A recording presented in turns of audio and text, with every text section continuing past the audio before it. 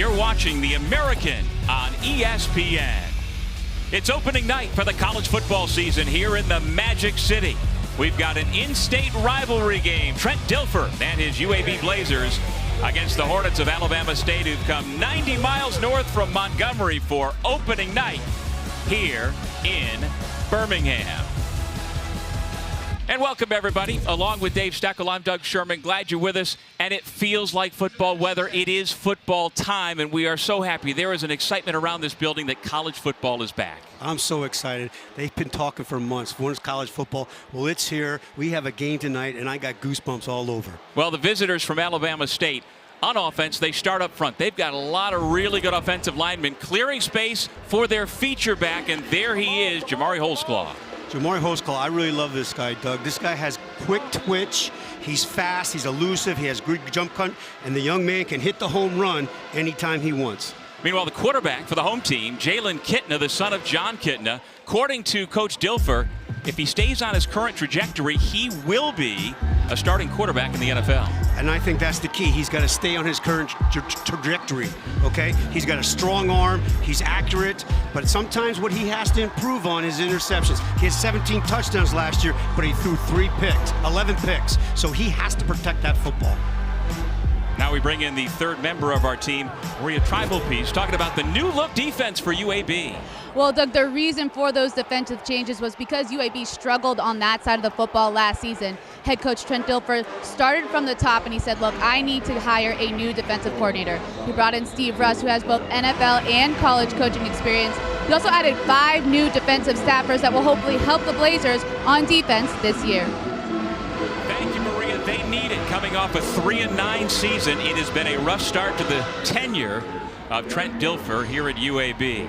The weather feels like football weather. We've got some showers in the area, 73 degrees, and I'm telling you, Steck, it feels like time to play college football.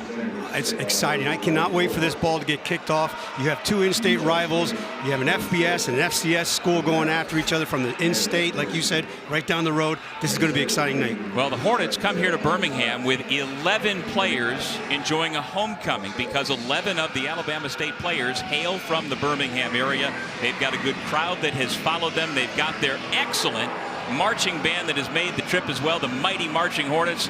We should have some good atmosphere here on opening night for a matchup of the Blazers out of the American Conference and the Hornets out of the SWAC, looking to be one of the better teams in the East Division this year. And we are set for football. The Blazers will receive. Solomon Beebe is their primary return man, and he angles toward the near sideline, comes outside the 10-yard line, and we are underway for 2025. Beebe still on his feet and chased out of bounds near the 40-yard line. And so the aforementioned Jalen Kitna, he's 6'5", 225, a redshirt senior from Tacoma, Washington, and he checks a lot of boxes for this program that's looking to build around him. He absolutely does. He has to take the next step forward here this football season, protecting the ball, mastering the offense. He's got a big gain last year because he threw for almost 3,000 yards. It's going to be exciting to watch how he matured this year. The starting running back, number 4, Javon Jackson, a redshirt senior from Decatur, Alabama. On first down, UAB keeps it on the ground, and Jackson up the middle for a short gain. He picks up 2 to the 40. Good little ball control there. They're going to do a lot of zone blocking, I feel, tonight because of all the blitz that Alabama State does. And one of the top weapons for Kitna is number 1, Corey Milliner, a redshirt sophomore from Alexander City, Alabama, said to be the most explosive option for this UAB offense. He's fast, he's got quick hands, and he's got to make an impact from last year. Kitna hands it off again. Jackson running around the left edge, takes a hit, stays on his feet inside the 45-yard line. Our first big play of the night. Well, Keon Lewis, the senior in the defensive backfield for Alabama State, made the first hit. He's the only returning starter on that side of the football for the Hornets. And that's a really good sign for them. Here they're going fast tempo. We'll go back to Keon in a minute. After a 16-yard pickup, they try to run it again, this time up the middle. More positive yardage. It's a gain of 5. You know, going back to Keon Lewis, that man has what I call the RH factor. He can run and he can hit. And he's going to have to shut down Miller tonight to have a good afternoon. Preseason first team all SWAC. Young man from South Florida out of Miami Northwestern High School and a real playmaker. They call him the general on the defensive side for Alabama State. Toss it coming near side, and again there are holes there to be had for Javon Jackson. It's another first down for the Blazers. Doug, they're getting really good movement up front. We're talking about Kitna throwing the passing game. As we all have seen, all they're doing is running the football right now. They're getting a really good push by the offensive line. Their right tackle, Logan Moore, and Jadarius Morgan on that right-hand side is really creating holes and seams for the running back to get through there. And there was a good battle in training camp for the starting center position, won by Adam Lepkowski, the A-Train, over the football now. Out of the backfield, Solomon Beebe splits wide left. On the wide receiver screen, it's a completion and inside the 25-yard line. More positive yardage for UAB. Well-designed play there. They motioned out their tailback, who they've been feeding the ball to. They faked the bubble to him and ran the jailback screen back across through it with the old lineman getting out there and blocking for him. Nice design by Alex Mortensen. 5-yard pickup for Iverson Hooks from Kitna. And yeah, Alex Mortensen, the third-year offensive coordinator, calling signals. No room to run in the middle. And it's an interesting relationship between Mortensen and his boss, Trent Dilfer, that they really share the play calling responsibilities. Which I tell you what, that's got to be tough sometimes, but they have great chemistry between the two of them, and they're making it work. There's Coach Dilfer, year number 3, very candid. We appreciate his candor and his time in our meetings yesterday. Of course, he won the Super Bowl with the Baltimore Ravens in a blowout of the New York Giants. 14-year NFL career, made the Pro Bowl one time.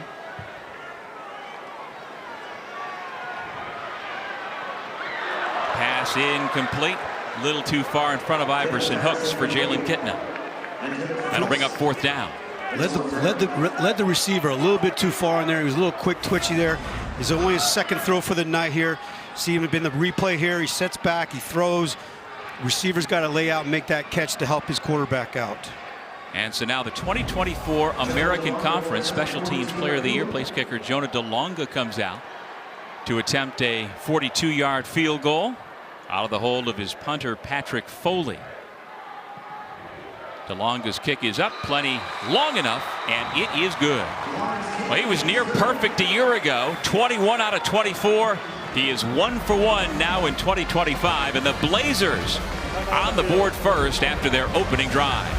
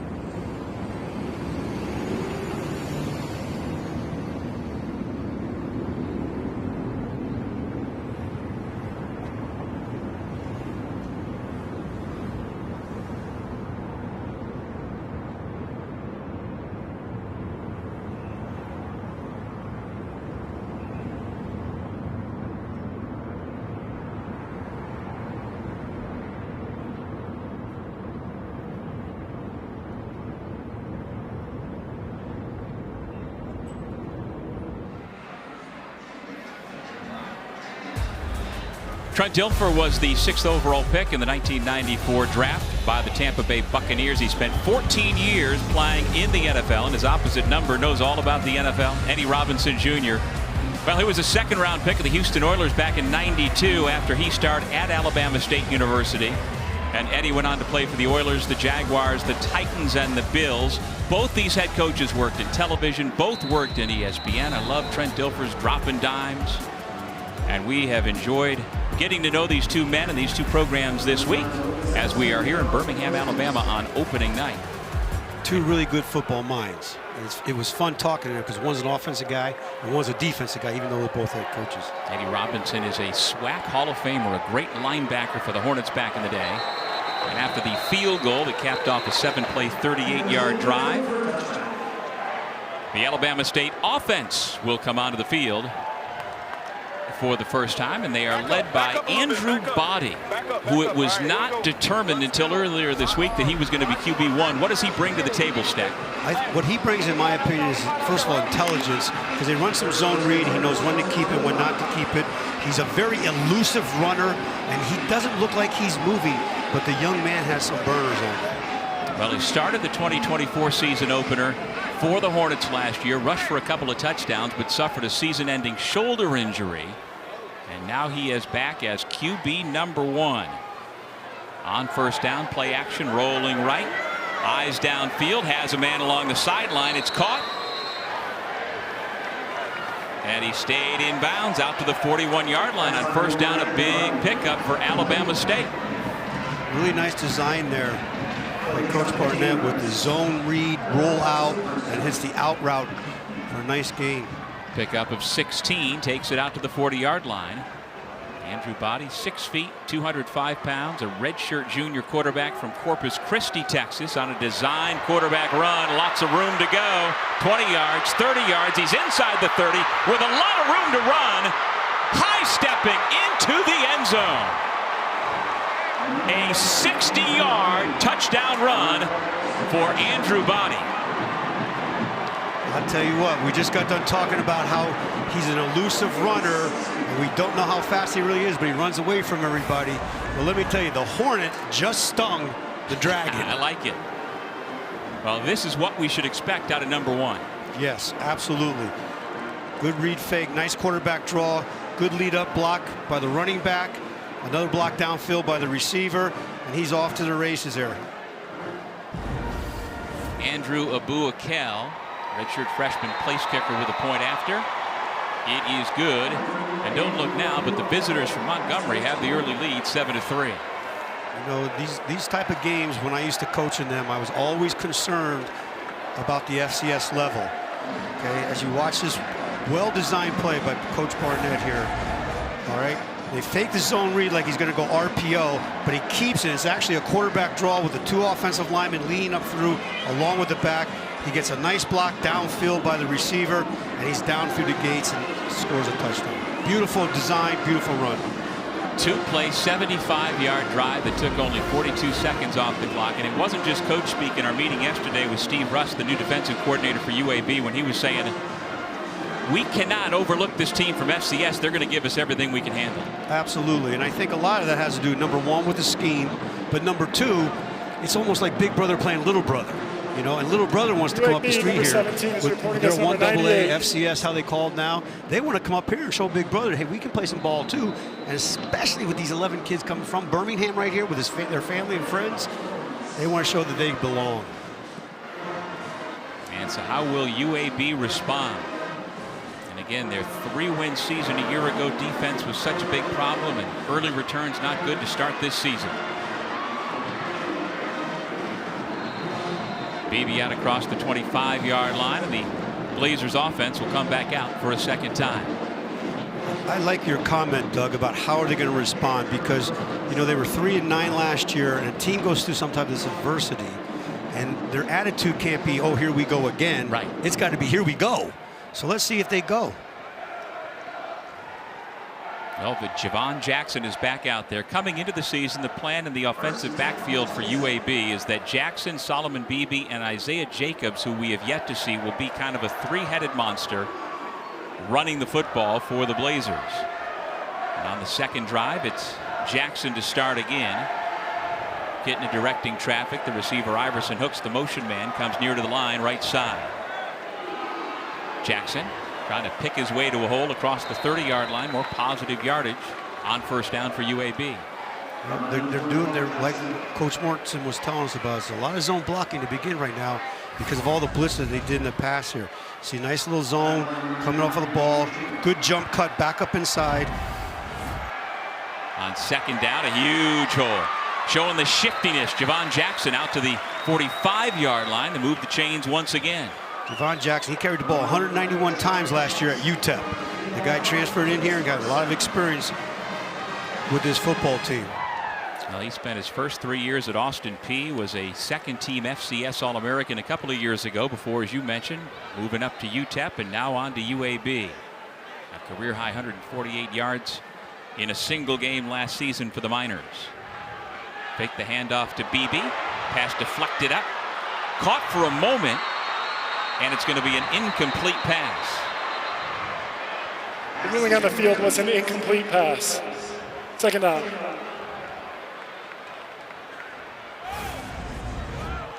Okay, you see go with the zone read with a little RPO. He comes back. The ball goes forward. Big old paw up there in the air. Gets on it. And yes, it's an incomplete pass because the ball left Kitna's hand and went forward. Well, you've spent the last 3 days basically embedded here at UAB. What are your early thoughts and your initial impressions of what we should be looking for out of this UAB offense? What I think we have to look for here right now tonight is they need to get into rhythm, okay? Like right there, the nice little rollout. They move the pocket for him through the little out pattern. I like how they're doing the zone. They're going RPO off the zone. And what they're going to do here, in my opinion, now, first down, here's a perfect situation, Doug, is they need to take some shots. And here they just crossed midfield. They got a first down. Here's a situation now where if I'm Alex Mortensen, I'm calling a shot right now down the field. Well, after the 11-yard pass play to Milliner, they're on the Alabama State side of the field. Kitna throws a dart to the far sideline. It's another completion. That shows you what Coach Dilfer was talking about with his potential, Kitna's potential. Thrown from one hash all the way to the other sideline on a dead strike out. Very good accuracy there. Evan McCray, a veteran presence, redshirt senior from Raleigh, with his first reception of the season. Go back to the ground, lowering the shoulder for another first down. UAB driving once again. This is Isaiah Jacobs, captain each of the last couple of years. This year they're going with game-by-game week captains, but Jacobs, no question about it, one of the leaders on this Blazers team. He is. You talk about Jacobs, he's overcome adversity after adversity after adversity, and it's awesome to see him out there. And oh, by the way, he comes from great stock. He's the younger brother of Josh. Yeah, pretty good. He spent a couple of years at Maryland, and then the last 2 years here at UAB. Both have been ended by injury. A torn ACL in 23, a foot injury in 24 against Navy. Kitna has an open man. It's caught inside the 30-yard line.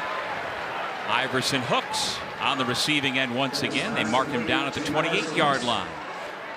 You know, Doug, there's a sign of his maturity this year with Kitna, because they did run two verticals down the sideline as they go quick huddle here with the fly sweep. And the sweep as number 0 once again. Hooks trying to get to the edge, couldn't quite get there. Good pursuit, good tackle by Keon Lewis. There's our guy Keon, who's going to make a difference in this game, I think, as this rolls on. But to go back to my last comment, he had two verticals going down the sideline, as you see the fly sweep here to Hooks, and he didn't take it. He threw the check down because it wasn't there. But he did have first down yardage. Another big hole at the point of attack, and it's another big gain on first down for UAB, with a little something to say to the defender. Javon Jackson has the ball inside the 15-yard line. Alabama State's got to do a better job right now of handling the tempo. Jackson again beats the first defender, able to get positive yardage. He's about a yard shy of the line to gain. One of the defender's helmets came off, and so he's going to have to leave for one play. That is Davier Farrow, grad transfer from Morehead State and Prairie View A&M. So it's 3rd down and 1. as for its second drive of this first quarter, the Blazers moving the football pretty effectively. They're in their big people now, 12 personnel, and they just got a false start, jump offside. So. Well, the left tackle Brandon Snee, a Wagner College transfer. Offside. Defense. Positive reaction. 5-yard penalty results in a first down. How about that? I'll tell you what, how about that? That's what drives coaches crazy. You know, watch the football, watch the football. We don't watch the football. Look at Eddie's expression right there as everybody sees it. And you got to watch the ball, and you just gave him a free first down there. And so it's 1st and goal from the 8-yard line. Isaiah Jacobs back in there, a redshirt senior from Tulsa. 3 receivers wide to the right. Fake the handoff on the slant. Easy pitch and catch to Iverson Hooks. And the Blazers have their first touchdown of the young season. I'll tell you what, we keep talking about Kitna here, but very, very good accuracy as far as the zone read here. Zone read, steps up big, throws a dart on the inside slant to Hooks. And as you can hear it right now, folks, the band's playing on plays like that. Hooks with his first touchdown reception, young man from Pike Road, Alabama, the most consistent of the receivers rather for UAB, and the sustained touchdown drive. Plus the PAT has given the Blazers out of the field. The lead. 11 plays, 73 yards, and the touchdown strike from Kitna to Hooks.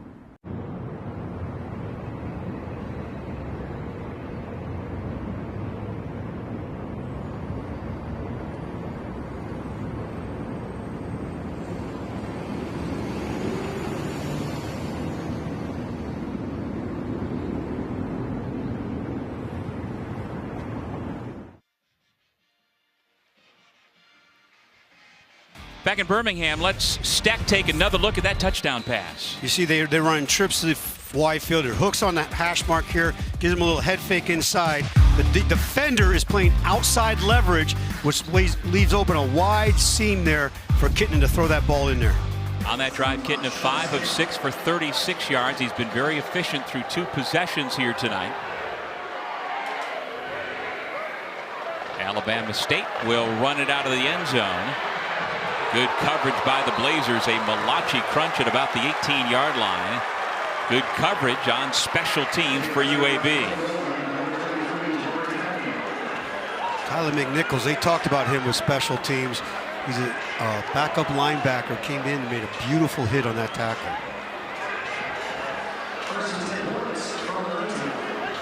Well, Andrew Body with the lightning strike, 2-play drive that resulted in a touchdown, highlighted by his 60-yard quarterback keeper, back onto the field for a second time. Body hands it off. Holtzclaw, the sophomore from North Fort Lauderdale, Florida, had no room to run. Good defensive coverage by Eli Ennis, the senior linebacker from Ohatchee, Alabama. Ennis is an old throwback there. What they tried to do is run the counter sweep into the boundary with trips to the field. That trips mean the 3 receivers over there, and Ennis came through, hit the gap, and made a beautiful tackle for loss there. Loss of 3 on the play, so second down and 13.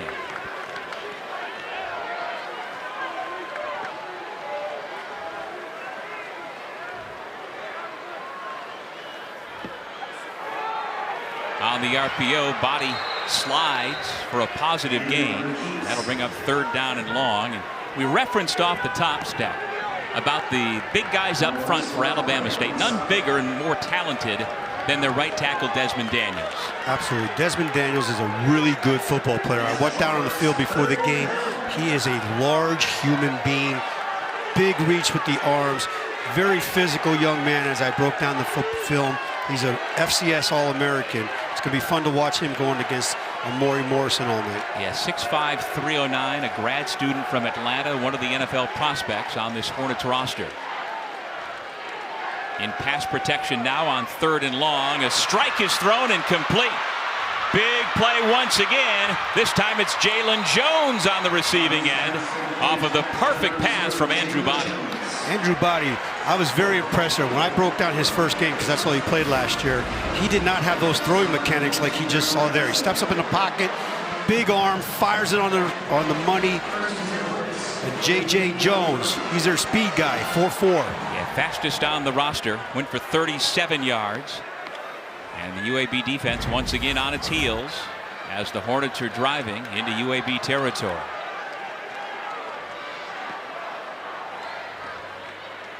Body gives it. We've got a flag down. Holtzclaw, the ball carrier.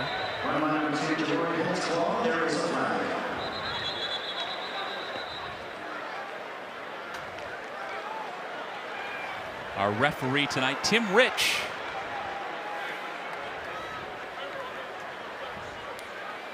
Offside, defense number 4, lined up in the neutral zone. 5-yard penalty will be enforced in the previous spot. It's first down.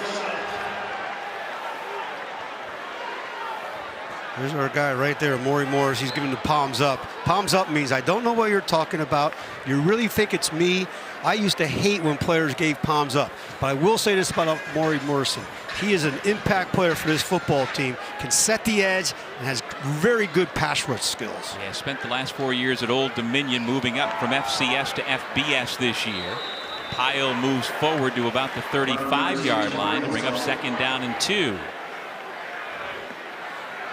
You know, in football games, I always say there's hidden yardage out there. And one of the biggest things that I always research is a plan to win, which people talk about, but they don't really understand is penalties. You went from a first down play to get 1st and 5, and then the penalty on the other side when they went down and scored a touchdown because they were offsides. That's discipline. Now if you're Morrison, you want to make up for it with a big play here. Second down and 2.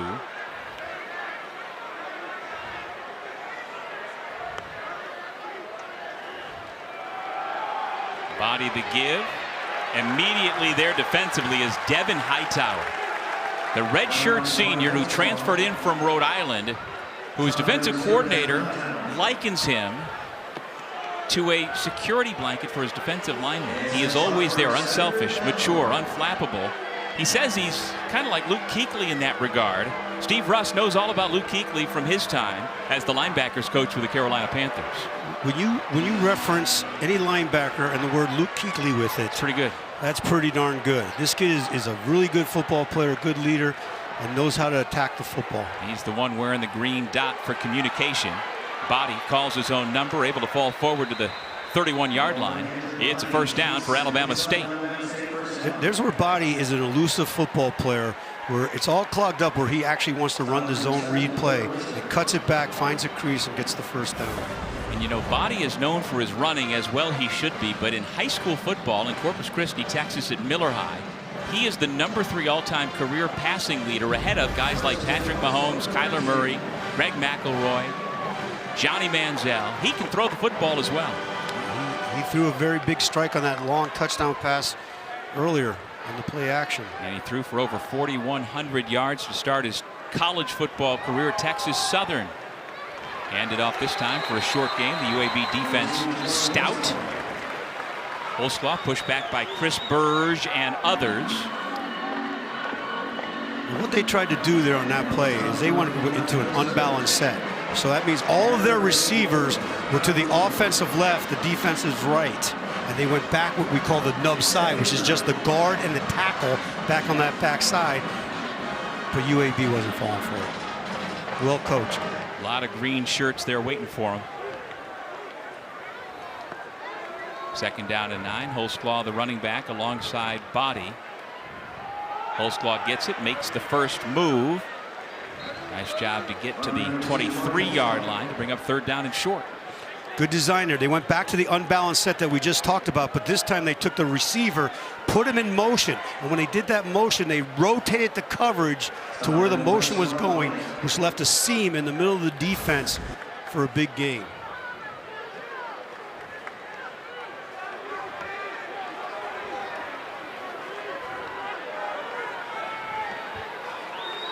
Third down and 2. Final 30 seconds of the first quarter. Body puts his foot in the ground. That's the dynamic runner that we know he is. Another first down for Alabama State, and they're inside the red zone. Plus, it shows his intelligence. That was actually a pass play. They were rolling it out on the naked off the zone play, and they had two receivers. They were both covered. He tucked it down. The defense had a really nice job of sniffing it out and coming after him. However, two missed tackles, a first down later. They're in the red zone. Well, Body has said that he patterns himself after Drew Brees. Cam Newton, though, is his all-time favorite player.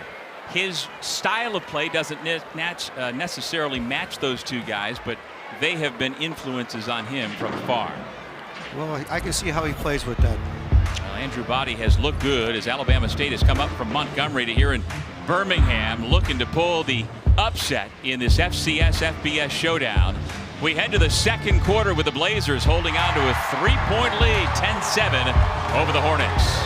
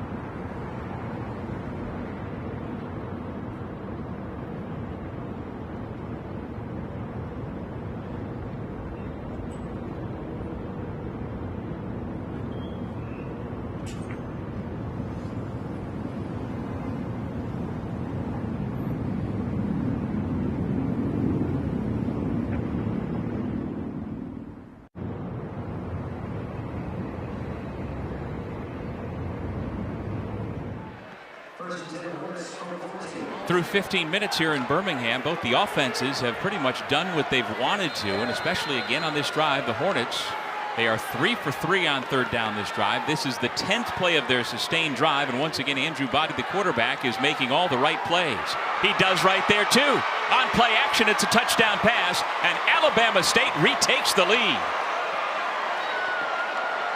Dylan DeJeet, the senior from Quebec. And a quick strike to start the second quarter for ASU.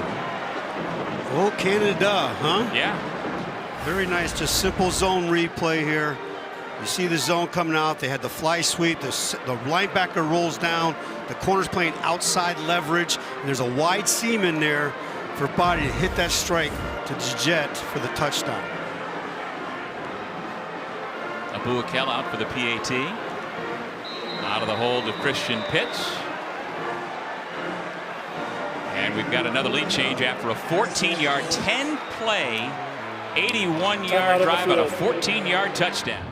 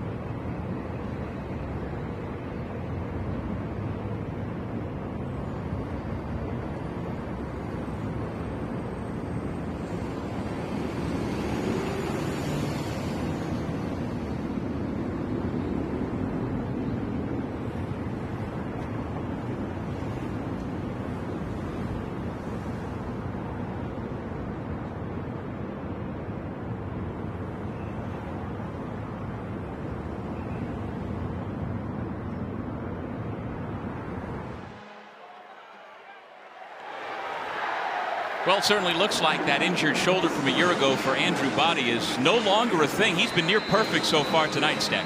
Very impressed with the young man. Throwing, running, very accurate with his throws, which is impressing me. Good protection up front because of the play action, and he's picking and choosing his spots to run. He's 3 for 3 passing for 64 yards, and the touchdown he just threw to DeJeet. He's also run the ball 4 times for 80 yards, including a 60-yard touchdown run. Great coverage downfield.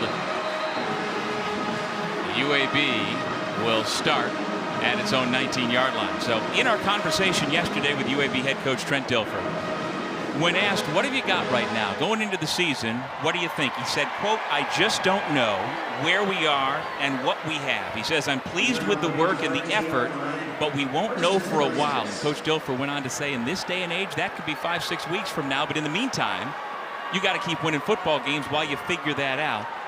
they've got some figuring to do, especially on the defensive side, at least the early going here tonight. Absolutely right. They had 49 new players, 31 transfers, 17 freshmen. But the one thing I will say, as they come out here and run with the away play, wide open receiver on the RPO, nice catch and throw, and there's our guy Milner that we highlighted earlier in the season. Got good hands and good quickness and speed. They'll probably go tempo here, Doug. Milner on the strike from Kitna. Neither defense has gotten off the field yet. We've had 4 drives and 4 scores. That's a 20-yard gain as Kitna continues to be efficient slinging the football for the Blazers.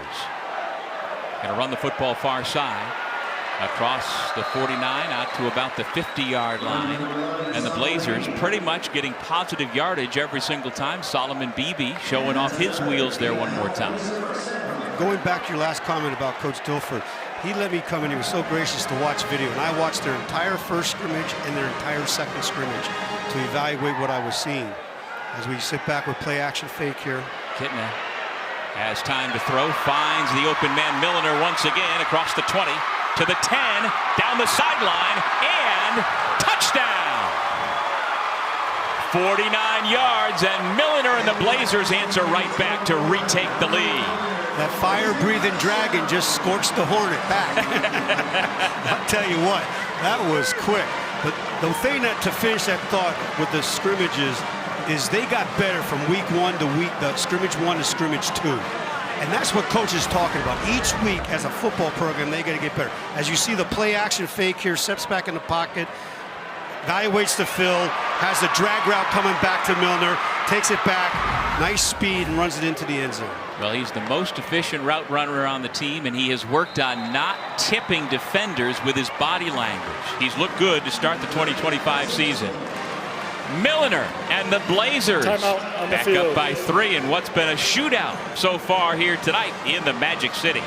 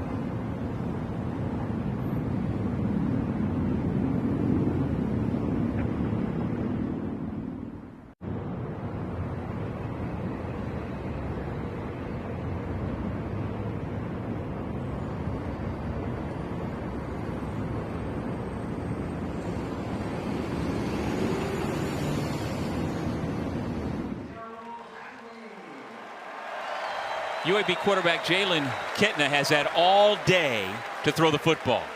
That O-line is doing a really good job. I'll tell you what, Coach McCants, the O-line coach for UAB, did a really good job. He was even coaching them up during pregame on the field and stuff. Does a fine job with these young men upside there with Morgan and Moore on the right side, and they got a transfer in Brandon Shee, who's very, very athletic young man, who's like a mountain, 6'6", 315 on the left side. They're doing a really nice job of keeping the pocket clean so he can step up. And on that route there, it looked like he went to his third read. Well, he has completed 7 straight passes, has Jalen Kitna, for 105 yards and 2 touchdowns, including that beauty to Corey Milliner. 17-14 now. Alabama State gets the football back. Dangerous there. That football nearly hit Jabari Kuykendall in the back as he ducked out of the way. And the Hornets will have the football. So again, no defense so far on either side has gotten off the field. The offenses have done what they've wanted. But you made a great point during the moving break. on the field is a touchback. We've talked about the new defensive coordinator for UAB, but for Alabama State, they've got a similar situation. This is the Black Swarm defense. They pride their program on this, but they lost their DC, coincidentally, to UAB. And so now Billy Gresham, who has been on staff for 8 years, he ascends. He moves up to that new spot as defensive coordinator, and these transitions take time. They do take time, and Billy Gresham's a really good ball coach. And what's happening is the communication on both sides of the ball from defense, okay? They have to settle down. They got to be gap conscious and do what their coaches are asking them to do, and they're going to be just fine to settle down. Where both offenses, as you see here, again, outside of a gap, what you see here on both offenses, both coordinators are still back. So the same scheme is in place, and these other young men have to adjust to different personalities and different schemes, and they'll settle down. They'll start playing better. Andrew Body back to work. He has been one of the stars of the game so far tonight.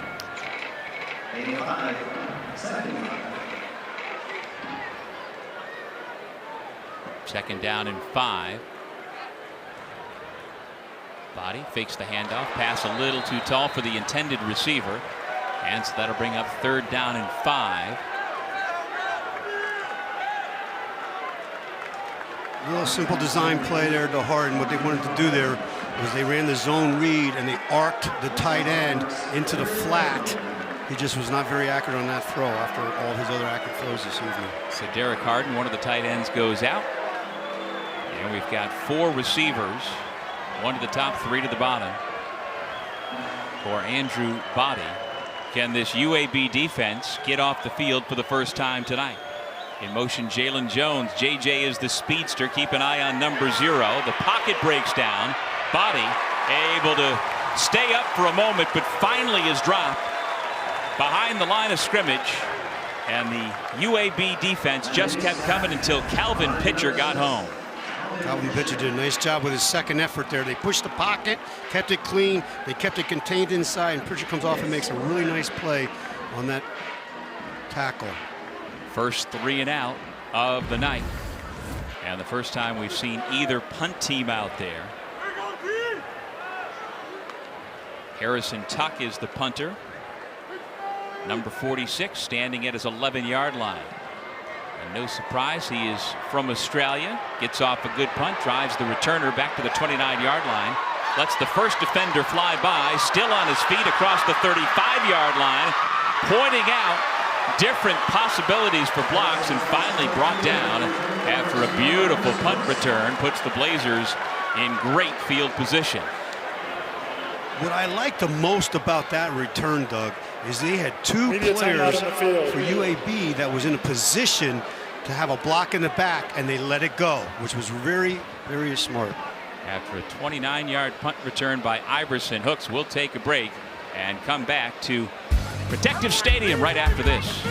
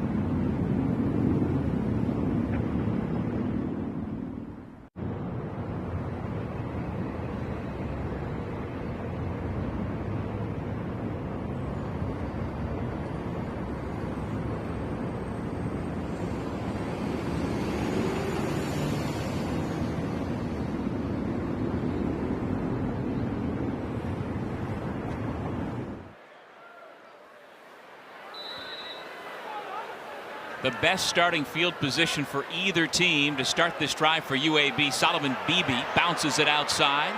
He's chopped down across midfield to the 47-yard line. But once again, the Blazers' offensive line has been effective both in run and pass. We've got an injured player down.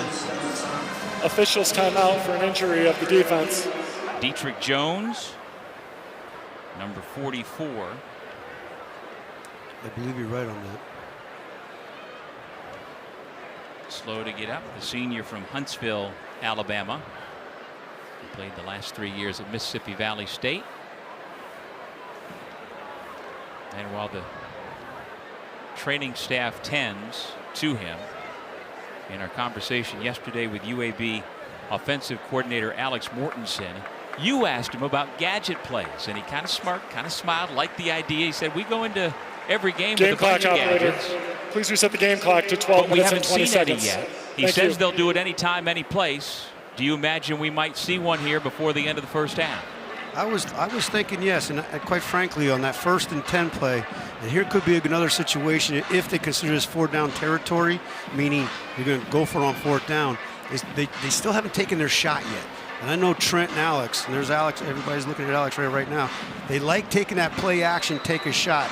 I think they did on the touchdown when they threw it underneath Millard. Right. But they had it well covered. So let's see what they do now. Well, they practice it all the time so that it doesn't feel special, that the guys just think it's another play when they do a gadget. Of course, we as fans love it.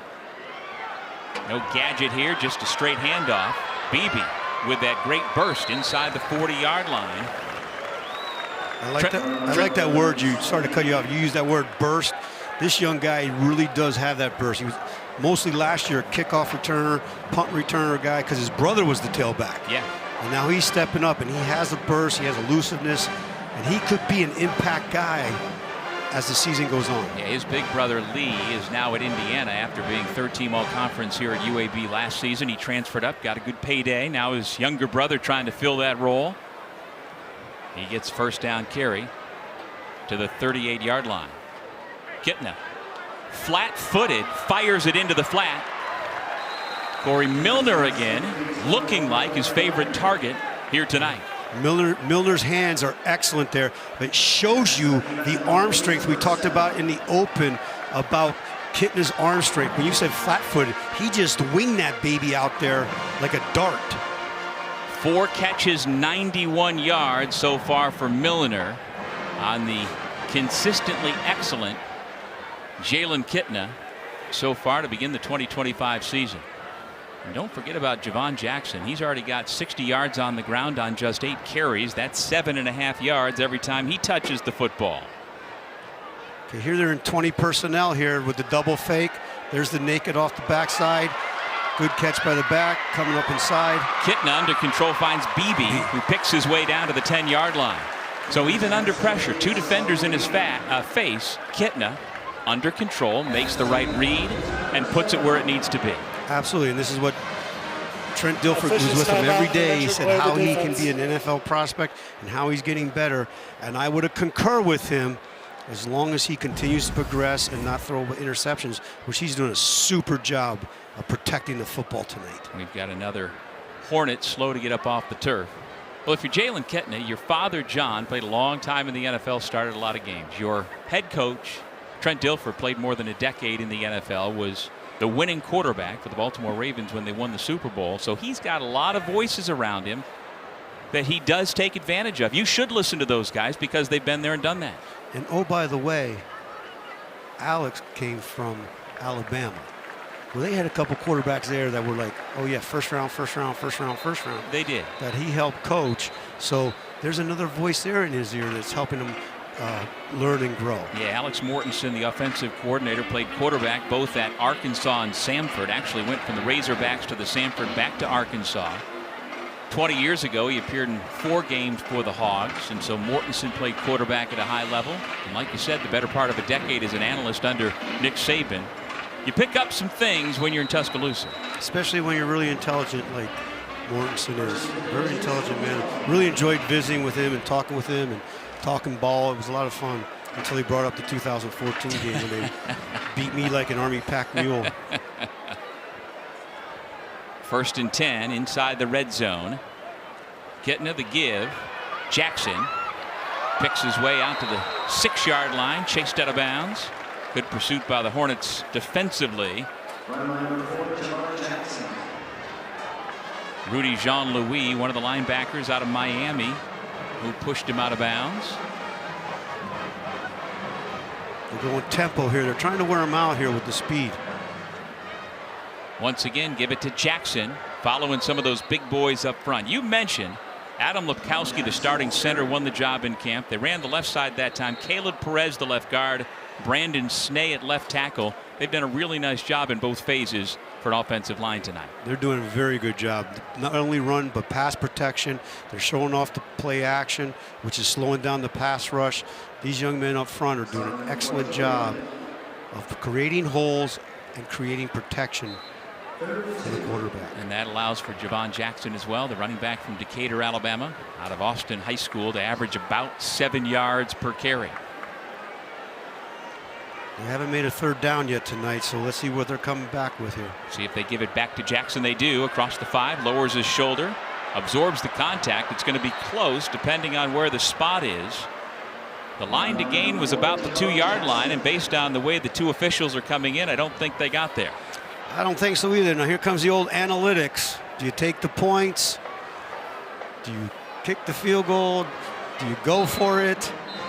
This is what drives me crazy sometimes. Officials timeout for an injury of the defense. Another injured Hornet. Yeah, I don't know. That's why you coaches get paid the big bucks to make those decisions, Steck. I don't want to make that decision. But as a fan, you always want them to go for it. Why not? I don't have a job on the line. You know what? Everybody wants them to go for it, go for it. What did they go for? They didn't make it. You know, that's what's great about the Monday morning quarterbacks, I guess they're called or whatever. Yep. It's a lot sitting in the stands. Well, Trent Dilfer knows both sides of it. Spent 9 years at ESPN as an NFL analyst. Dilfer's Dimes, very popular part of what he did, but after his broadcast career, he wanted to get into coaching, and so he spent 4 years as the head coach at Lipscomb Academy in Nashville. Won 44 games in 4 years, a pair of Tennessee State high school championships. Got this opportunity at UAB. A lot of people weren't sure. He didn't have any college coaching experience. And he's very candid about the fact that, yeah, we went 4-8 and then 3-9 last year. We got to start winning some football games. Absolutely, but at the same time, the administration has to take some time here. You got to come in, establish your groundwork, establish your program, and people don't turn whole programs around in 3 years. Okay, so he's got to make progress. I understand that, and that's important. But they got to give Trent some time. He's a good ball coach. He's a big relationship building type of man. So I think he's going to get this thing turned around. Not when, but if. Good to see the backup defensive tackle for ASU, Jalen Jarrett, able to walk off the field, put some weight on. There's a big hit on 4th down. They go for it and didn't get it. See, the Hornets defense holds. Yeah, should have kicked the field goal. Should have kicked the field goal. Analytics, here we go, baby. Man. And once again, Dietrich Jones and this Alabama State defense able to stop UAB, and they will take over at their own 3-yard line. That was a huge stop. Going up inside there, stuffing it, wrapping it up. Excellent job on their part.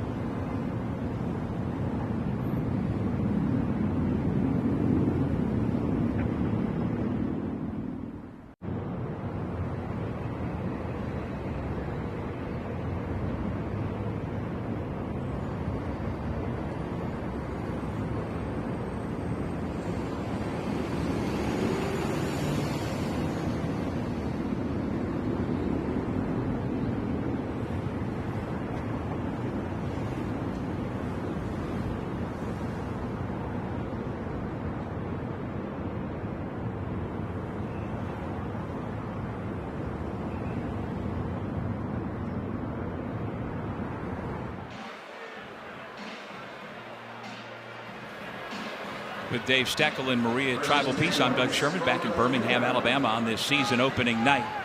We've had some showers around, but not too much. A lot of offense. The defense is starting to get their footing here in the second quarter with the Blazers leading 17-14, but the Alabama State defense made a stop inside their own 5, and now they take over, staring at 97 yards to try and score again. This is Marcus Harris II, a senior running back from Jackson, Mississippi, a fourth-year Hornet, as they get away from the shadow of their own goal line. They do. That's a very nice play by the strong safety Bryant coming down. This guy I really like. He's one of my favorite players on the team. My only negative is what you saw there is he's got to wrap up on his tackles. We used to tell people grab a body part. He's just lunging and trying to heel cut him. Yes, Rod Bryant, the only starter to return this year on the defensive side for UAB. Big hit there by Devin Hightower. But the forward progress of the running back falls forward out to the 12-yard line to bring up third down and about a yard. Really good vision by the running back. They get that whole line moving to the right there. And he sees the hole. He was able to jump, cut, and come back. Hightower makes a nice play of coming back laterally as a linebacker, making a nice tackle. So Harris goes out after the carry. Jamari Holsclaw, the starting running back, back in. Third down and 1. Ajay Harrell in motion. And somehow poking through that line to pick up the first down is Alabama State. Harrell was the ball carrier, and they keep the football. I'll tell you what, he does the dirty work for that football team, and I'm so glad they did what they did, because I'm going to write a book, The World According to Steck. Okay. All right. Steckology 101. And it's 3rd and a half a yard, and you're in shotgun. You're going to snap the ball 5 yards back to go a half a yard forward. So that was really good design, bringing him in motion, getting him under center, and getting that quarterback sneak, which was awesome. So the drive continues. Body hands it off. Holsclaw spins out of the hands for a moment until finally brought down. Again, very nice job there. Holsclaw shows that cut. Delayed draw here, coming back. Runs it back through against the grain here. And again, though, there's Bryant coming out with a little unbalanced, but he doesn't grab a body part, and the young man gets another yard or 2. Morrison wound up finishing him off, but not until he gained 5. Again, this is Alabama State out of the SWAC, picked 3rd in the East Division in the preseason poll, behind Jackson State and Florida A&M. Just like we said about UAB, they don't know what they have now. Same can be said for pretty much anybody in college football the way it is now. Both offenses so far tonight looking good. On the receiving end, Jalen Jones with another reception for the Hornets. Really nice job there on the quick screen with the zone. Throws it out in the corner. Receivers doing the blocking. And what they did was had a beautiful triangle there. Gully was on the outside. You had Bryant on the inside. You had Pursuit coming down the line of scrimmage. Excellent job on defense there. Delvin Gully with the tackle. So third down. The line to gain is the 25-yard line. They've been 80% on third down so far. Body under pressure, eludes it. Eyes downfield, keeps the play alive. Now will run for that first down and get there. That is the conundrum for a defender when you're trying to keep a quarterback like him behind the line of scrimmage. You're right, and I'm going to just guess what conundrum means, because that's an you just threw an SAT word out there right in the middle of the broadcast. Hate to say it, I but love it. It sounded like you just put dumb into conundrum. I did, because you're talking to a football coach here, brother. But it's tough. I mean, when you've got somebody as versatile as Body, what do you do in that position when you're out in space? Point well made, Doug, but you know what? He shouldn't have been out in space, because, again, beautiful delayed blitz by the linebacker who misses the tackle. So it's another first down for Alabama State. Clean pocket this time. Pass delivered, and it's another first down. Pass caught out by about the 39-yard line, and they move the chains again. The Hornets offense has been undeterred against this UAB defense. Harrell once again with another big play. Very impressed with their drive right now, run pass wise. Coach is really doing a very nice job of mixing it up, keeping a little bit off balance here.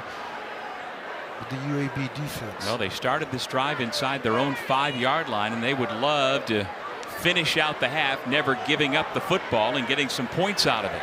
Holzclaw met at the line of scrimmage, gain of maybe 1 before he is driven back. Really nice job by Pritchard there, coming out, filling the gap. Toes to the heels. We always talked about toes to the heel. Linebackers got to get their toes to the heels of the D lineman so it doesn't create any seams. And right there, Pritchard did a really nice job of doing that and making a nice tackle. Jonathan Allen back in at defensive tackle for this 2nd down and long.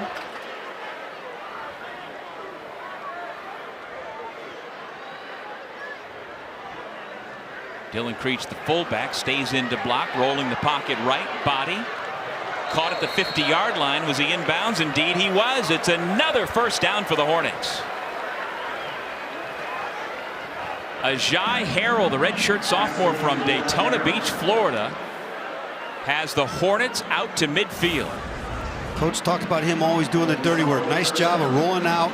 Only place he could throw the ball that his receiver could catch it.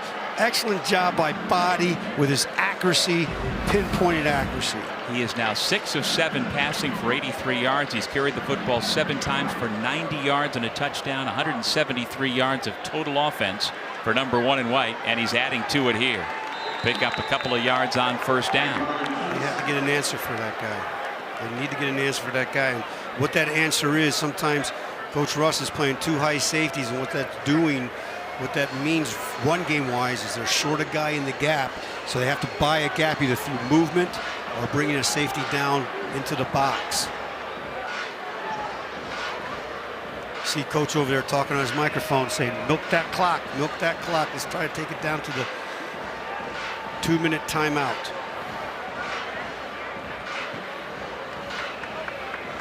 The clock will wind down to 2 minutes with the 11th play of the drive to come when we come back. 17-14, the home team UAB up by 3, but the Hornets are driving.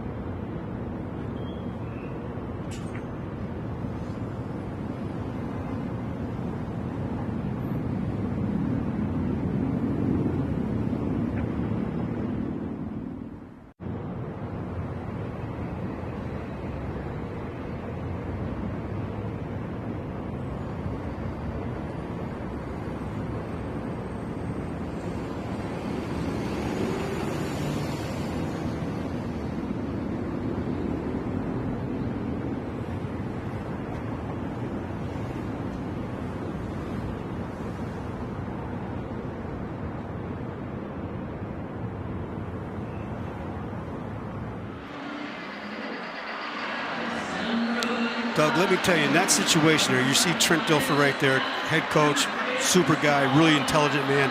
in my humble opinion, with situational football, he should have taken a timeout before that 2-minute timeout, because it's second down. Now, the third down is going to be with the 2-minute timeout. He gets another timeout, and they can get the ball back if they hold him with about a minute 50, minute 45 left in the game. So now they can put the ball in Kitna's hands to go on a 2-minute drive. So let's see what happens here. If they don't get the first down here, I would definitely use one of my timeouts. See how it plays out with this UAB defense, trying to stop what's been a sustained drive of nearly 50 yards and going. Body, play action, rolling right. Eyes downfield. Now he's going to tuck and run. Tackled at the 42, down to the 41-yard line. He's 1 yard short. It's a 6-yard gain. Clock continues to run at 1:42. It does. I'm assuming Trent feels very comfortable where he's at halftime with a 3-point lead. Hopefully his defense stays stout and gets a stop here. Well, we will hear from the coach that has the lead going into the locker room, either Eddie Robinson Jr. if they can finish off this drive and get into the end zone, or Trent Dilfer, whose team is on top right now by a narrow 3-point margin. Huge 3rd down and 1. See if they follow Creech, the fullback. Indeed they try to, right up the middle, and with that surge it's a 1st down for the Hornets. Now the clock's going to stop here while they set the chains. They have to be on the ball fast here. Minute 9. Now they do still have 3 timeouts, but Eddie's not in a hurry to use them right now. Well, they put it in the hands of their 240-pound running back behind the surge of the big boys up front. Marcus Harris II gets just enough yardage. Just enough yards, and the big boys up front, low man wins. It was obvious there on that replay from the end zone how Alabama State was lower than UAB and got an excellent push.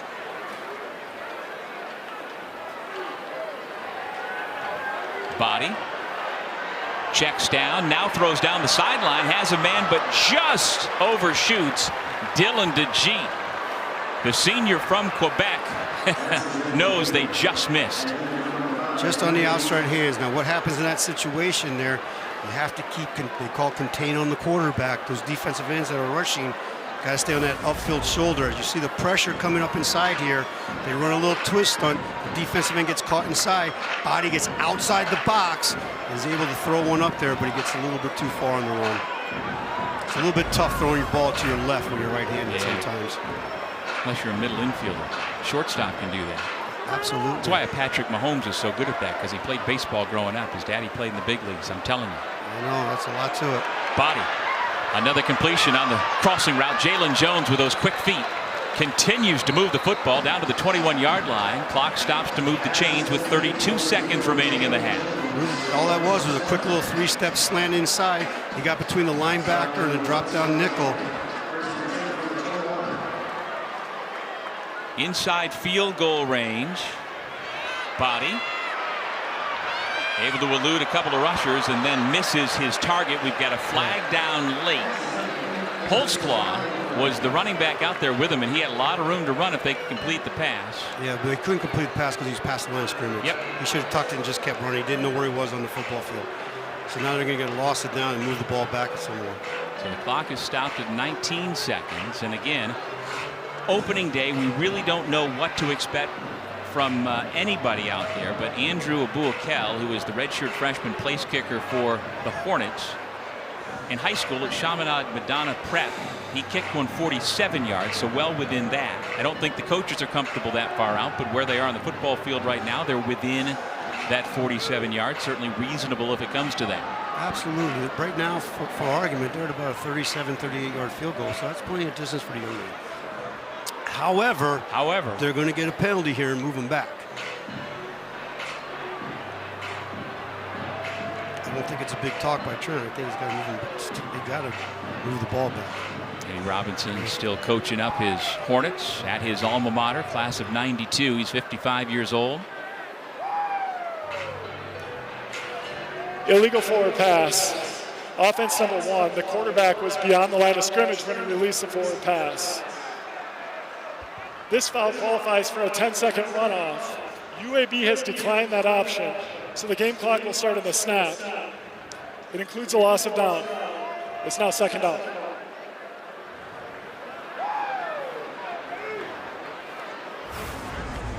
See the highlight coming down here. He comes back up in the pocket, throw the ball. Now as he's scrambling down there, you see right there, he crosses the 20-yard line. He's already past the line of scrimmage when he throws the football. Body from the pocket is going to go down. 14 seconds, 13 seconds. Timeout is called. The Blazers get home. And it's one of the guys whose name we've mentioned a couple of times, a redshirt freshman from Leeds, Alabama, Chris Burge. Here's the great thing about being in the box and being Mr. Second Guesser, okay? Which I don't want to be second guesser, but Trent didn't take the 10-second runoff. He takes the 10-second runoff, that puts it at 9 seconds mathematically. Now they only have to 3 seconds here, and after the sack, they have to kick a field goal here. Yep. Okay, so I wish I knew his logic on why he didn't take his 10-second runoff at the time while they were going. But it's okay. They still got the lead. 13 seconds. It's third and forever. Well, Chris Burge, who made that big sack, was a 3-star recruit who was offered by Maryland, by Troy, by Jacksonville State, but chose to come here to Birmingham, near his home in Leeds, and help be one of the foundational pieces as Coach Dilfer tries to build this program up. Plus, the most important part, though, is he's got the best number all of college football. Really? 59 is it? Oh, man. I wonder why you say that. Best number in all of college football. It would be a 49-yard field goal attempt from here, so on 3rd down and a mile, here goes Body. Pumps, scrambles, throws down inside the 5-yard line to a wide open receiver. It's a touchdown with 5 seconds to go in the half. 31 yards from Body to Ajay Harrell. And just like that, the team from the SWAC has retaken the lead. The Hornet's not going away, man. The Stinger is out. Nice job of rolling. What you have to do in that situation is kicking the extra point here, obviously.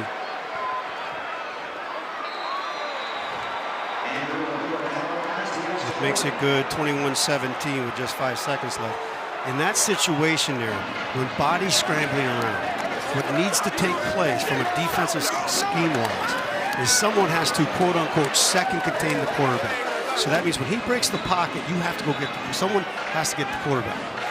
That leaves 4 defensive backs and 4 receivers out there somewhere, and what we used to call match the coverage. So when this thing breaks down here, in that situation here, the linebackers are got to come, and everybody else has got to match. And what match means, Doug, is you got to take your zone and go play man-to-man. Absolutely. And there's a wide open receiver there because they didn't do that concept.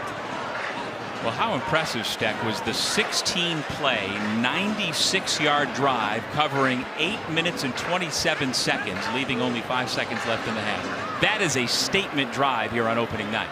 Huge statement drive, and it all started with they didn't take the field goal. They take that field goal. I'm not saying they wouldn't have had a drive, but it puts the game 20-14. And if you kick off and they still have that kind of a drive, I understand that. But now it's a 1-point game instead of a 4-point game, which makes it a field goal game instead of a touchdown game. So it's 21-17. Alabama State under the direction of Eddie Robinson leading Trent Dilfer's UAB squad on just a perfect night for football here in Birmingham. And we got a big treat coming up at halftime. We'll try to give you a taste of it. The mighty marching Hornets from Alabama State University have made the drive up from Montgomery to be part of the halftime show along with the UAB band. Little pooch kick. Keep it out of the hands of the primary return men, but UAB going to get some positive yardage as the clock goes to 000. An impressive first 30 minutes for Alabama State University. That was very impressive. Very, very impressive. That drive was excellent. Now what they got to do is both teams got to go in the locker room, and obviously Alabama State over there, they got to say, hey, pedal to the metal, let's keep going. And what I think Coach Dilfer has to tell his squad is, hey, take a deep breath. We're moving the ball well. Defense is going to get a stop. Let's get a turnover. We haven't had a turnover tonight, and this whole game the complexity of this game can flip on a switch.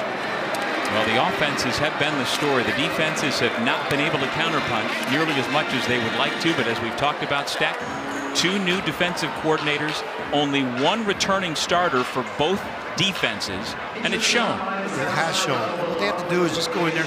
Now they have a feel for what teams they're going to do on both sides of the football. All right, let's go down to Maria with Hornets head coach Eddie Robinson Jr. Coach, your offense has been so effective, especially on that drive. Why? Well, Andrew Body, the talent, you can see he can run, he can pass. He's making a great decision. Took a sack and overall he's been calling the play. Defensively, what do you want to see your team do a little bit better in the second half? Yeah, we got to play a little bit of tighter coverage. I mean, they have some tough sets. I mean, they do some tempo stuff, so those things kind of hurt. We just have to keep matching, and a lot more guys have to play on defense. We don't wear down. Thank you, Coach. Appreciate it. Andrew Body, 8 of 10 passing, 133 yards and 2 touchdowns. 10 carries, 93 yards. He is responsible for all 3 Hornets touchdowns in what's been a shootout. We're at halftime on opening night with Alabama State up on UAB by 4.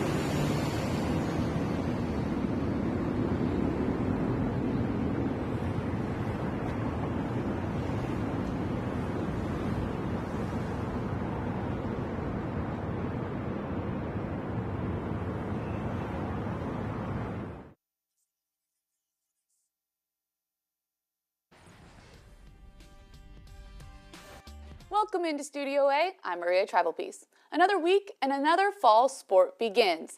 Men's soccer has entered the chat, and with it, it's brought some top plays. We'll begin with the Bulls of South Florida.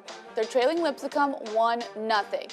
Looks like this ball is going to be cleared, but Nicholas Pietrantino says nope, lasers that ball in the back of the net. For play number 4, we have some women's soccer for you now. UTSA's Brooklyn Bailey. You'll see her soon in this clip in front of the net. She gets the ball and heads it into the goal for the Roadrunners. As we saw in the last clip, great goals are set up with great passes. Here's Florida Atlantic's Eli Conway gets a great pass to score a great goal. Our number 2 play shows off some Tiger creativity. Memphis women's soccer, they have a ton of players on that back post. One of them is Talia Brooks. She finds the back of the net with the pretty kick. I must warn you, in these next few clips, you are not seeing deja vu. This is Missouri State's Fumi Shiraishi. Scores 1 goal, and then he says, you know what, I think I'm going to do it again. Finds the back of the net for the Bears. He's not done yet though. How about a hat trick for Fumi? But you see that title says 4 for Fumi? Well, because he had 4 goals in this game. Here's that last one.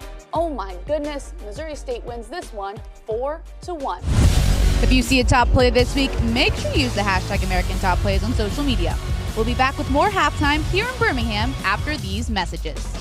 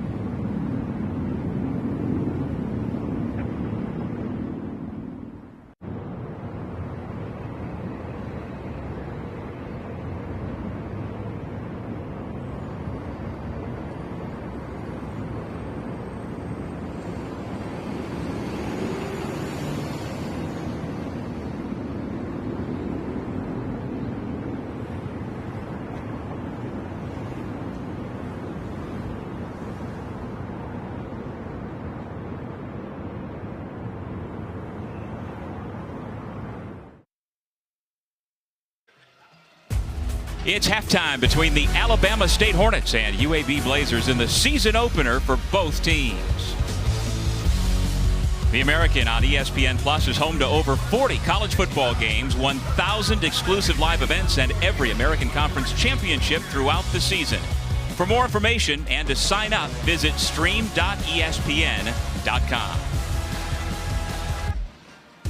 Now let's check out some news and notes from around the American this past week. And yes, the sports are already underway, not just football, but football is the headliner. The ECU Pirates meeting NC State, a big rivalry game. Ryan McGee had a wonderful write-up on ESPN.com this morning about what that rivalry means. East Carolina won the Go Bowling Military Bowl last year, 26-21, trying to build off of that. Meanwhile, the Memphis Tigers women's soccer pulls off a huge upset of Vanderbilt. The 11th-ranked Commodores lose to Memphis on Monday by a 1-0 final score. And then how about the volleyball preseason poll has been announced. The Rice Owls and the South Florida Bulls picked to finish 1-2 in the American Conference this season. The second half between Alabama State and UAB coming up here on ESPN Plus.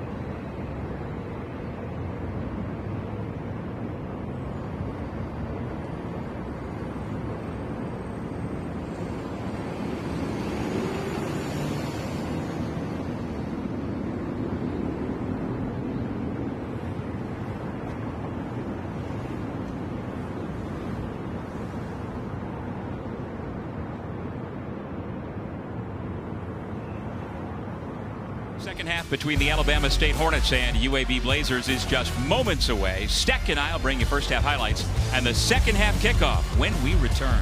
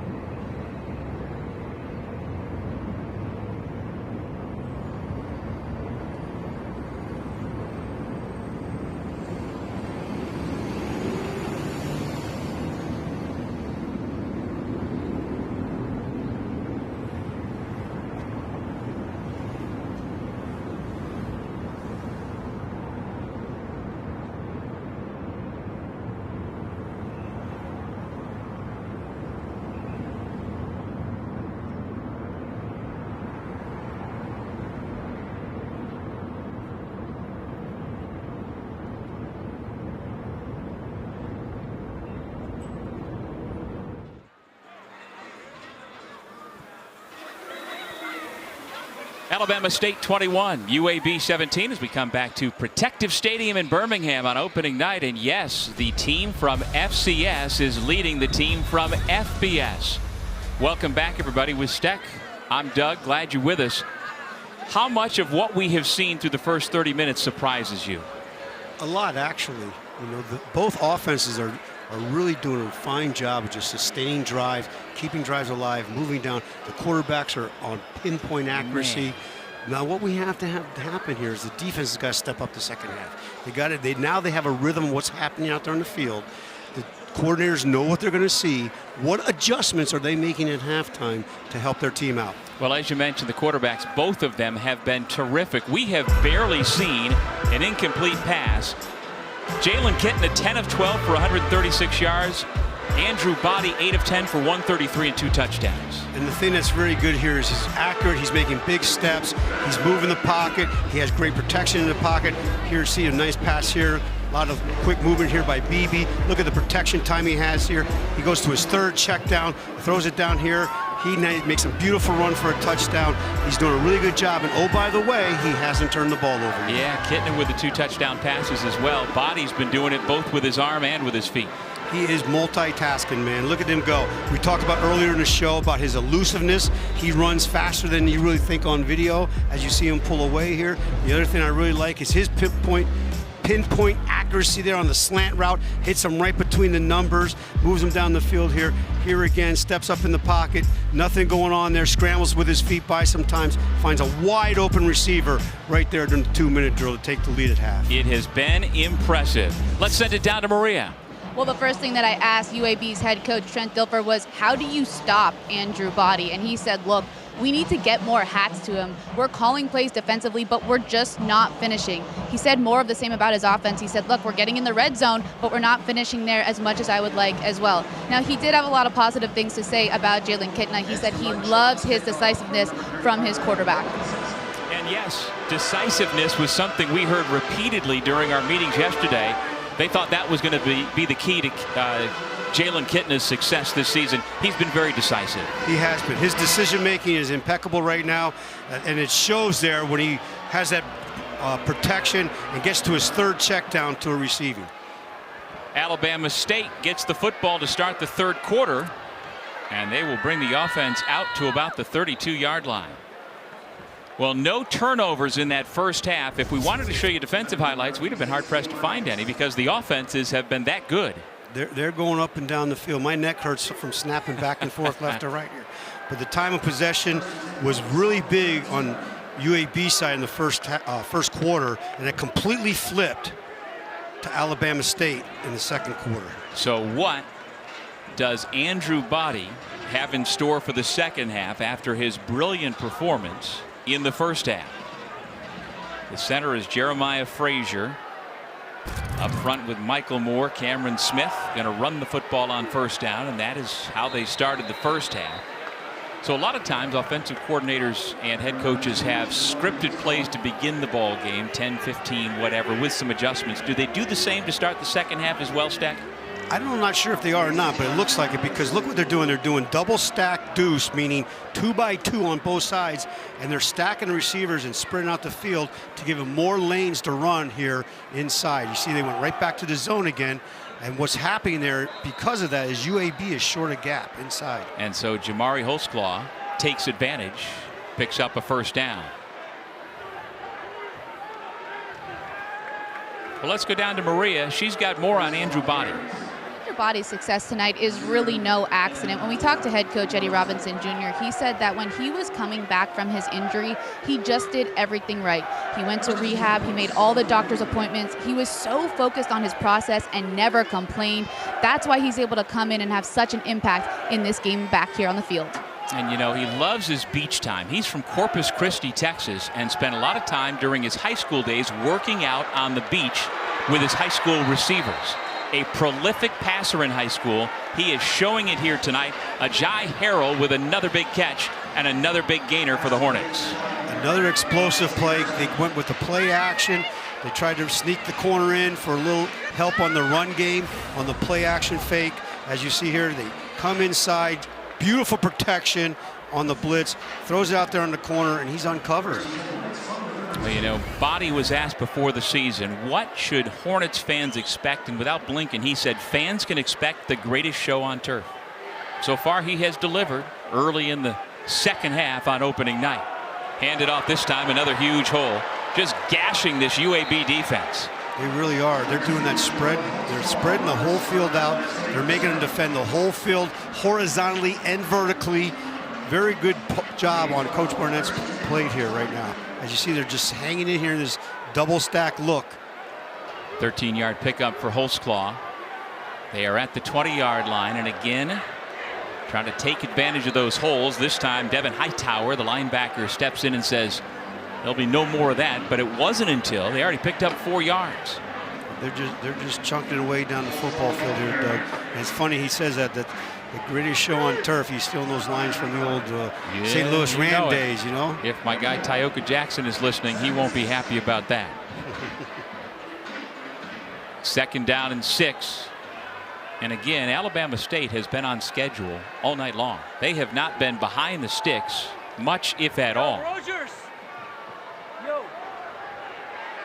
Body pulls, makes a man miss, lowers his shoulder and gets to the 11-yard line. It'll be 3rd down and less than a yard. Shows you his elusiveness. That was well defended. As a defense, that's well defended. The end is on the quarterback, out there in position, and he just couldn't make a play on the young man. And then on 3rd and short, he goes under center. And on the quarterback sneak, it appears he got inside the 10-yard line, but the line judge comes in standing right on the 10 and does get the indication it is a 1st down. So now 8 out of 9 on 3rd down conversions for the Hornets. That's really big. 8 out of 9 on 3rd down. Now here's the previous play for Previous Body. play here. Good job. Look at the defensive end. He's in perfect position there. Okay, and he just couldn't make the play. He got his shoulders square. He didn't play it inside out. Body cuts it up inside and gets the play 1st down. For Morrison, the defender, 6'4", 265. It's tough to try and stop and change direction as quickly as this quarterback can. Play action. Good coverage in the end zone to deny another touchdown. Excellent coverage. The difference that time with that coverage, in my opinion, with Crumpley is they went for the play action fake on the last time, and he played outside man. Here, if you watch him this time on the coverage, they run that zone read. It's the same concept, and he's coming outside, inside man, gets his arm inside, knocks the ball out. Excellent position by Crumpley. Yeah, Tamarion Crumpley is the transfer from Pittsburgh. After 4 years with the Panthers, only got into 3 games last year with flags down, pre-snap infraction. Crumpley only got into 3 games and wanted to use his last year of eligibility with an opportunity to play and to start, and that's what he's getting here at UAB. This is really good. I have a buddy who's a defensive coordinator at Offside defense in the neutral zone at the snap. 5-yard penalty is still 2nd down. Now, what happened there? That was an offsides penalty, which made coaches crazy. But you see our big man here, okay, Smalls, is running onto the field late.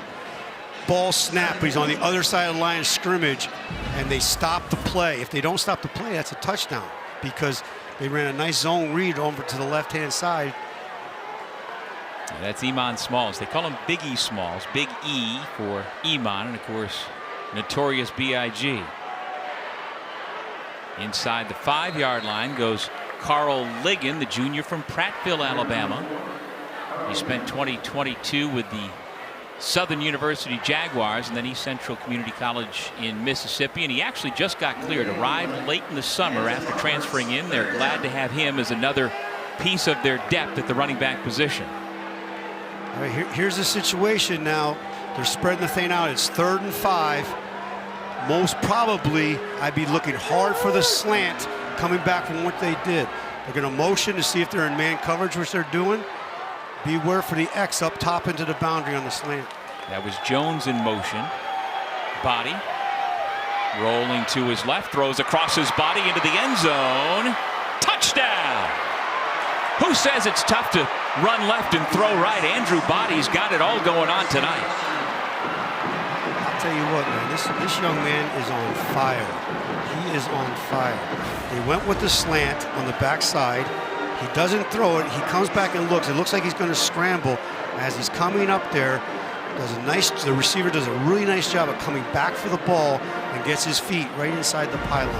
Asa Gregg at 6'1", 184 pounds, a big target, sophomore from Waldorf, Maryland. He's got great hands. First time we've called his name tonight. He's usually a deep threat, able to get himself a little opening in the corner of the end zone. And Alabama State leads by 10 and now leads by 11 after the point after. It's 28-17 Alabama State. Timeout on the field. The team from Montgomery has come an hour and a half north looking for the upset.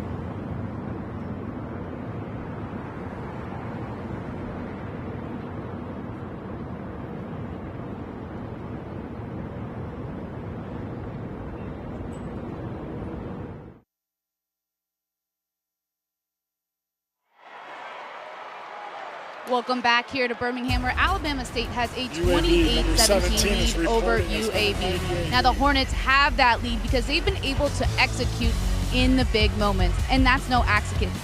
That is their word of the year. Head coach Eddie Robinson Jr. said last year he thought that his team maybe fumbled sometimes in those key situations, so they've spent this season working on situational football a ton in practice, and they've used that one word, execute, so that his team knows how to come up in those moments in big games.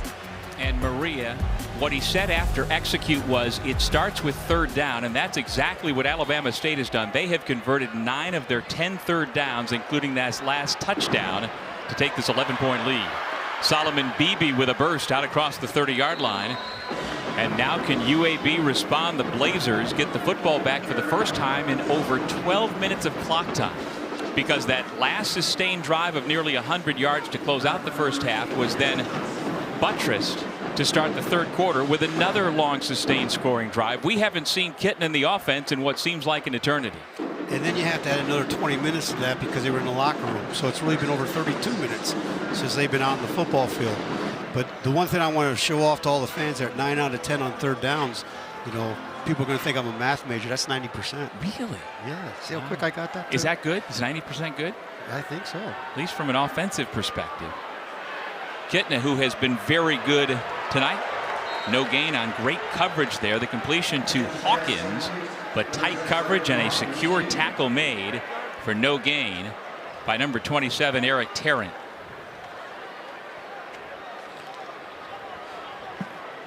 Kitna there made a nice play. Now here's the difference between Kitna though and Body is he could have ran the ball there and he didn't, but he had made a really good decision on the flat route.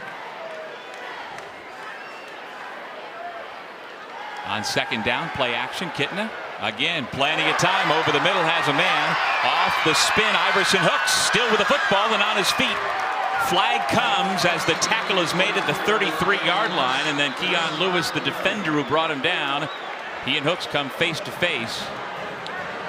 Another incredible decision by Kitna. First of all, it went back to the protection, Doug. Nice pocket. He was able to step inside there and wait for that dig route to come open across the middle after they had the clearing route. We used to call it a China route, where the guy clears it out Illegal block and he comes back. in behind it. Offense number 6, 10-yard penalty enforcing the spot of the foul. It's first down. They made a beautiful throw right on the money. Very impressed with his accuracy this night. Keep an eye on number 6. That's now 11 straight completions for Kitna. See the protection, you see the dig route there. Nice spin move by Hooks, locking the ball away. And he gets a block in the back. Foolish penalty there. But they made a nice explosive play.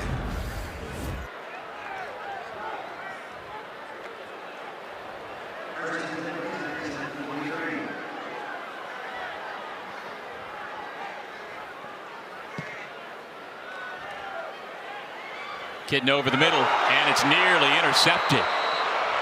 Wow.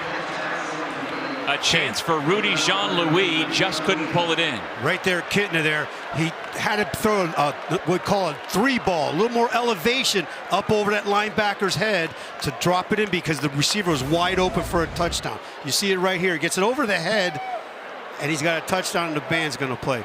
Kitna, first mistake I saw out of Kitna tonight. Maria? Well, we've seen so much great decisiveness from Kitna, and one of the reasons why is because he played speed chess on his phone, guys, so it helps him with his quick decision-making. Hands it off to Jackson that time, and the Alabama State defense was ready for it. Now, what that situation there was is the offensive coaches here, I call it get back on track call. So it's 2nd and 10. People might think they're going to run the football, throw the football, but they want to run the football. And what I mean by get back on track is they want to get into a 3rd and manageable.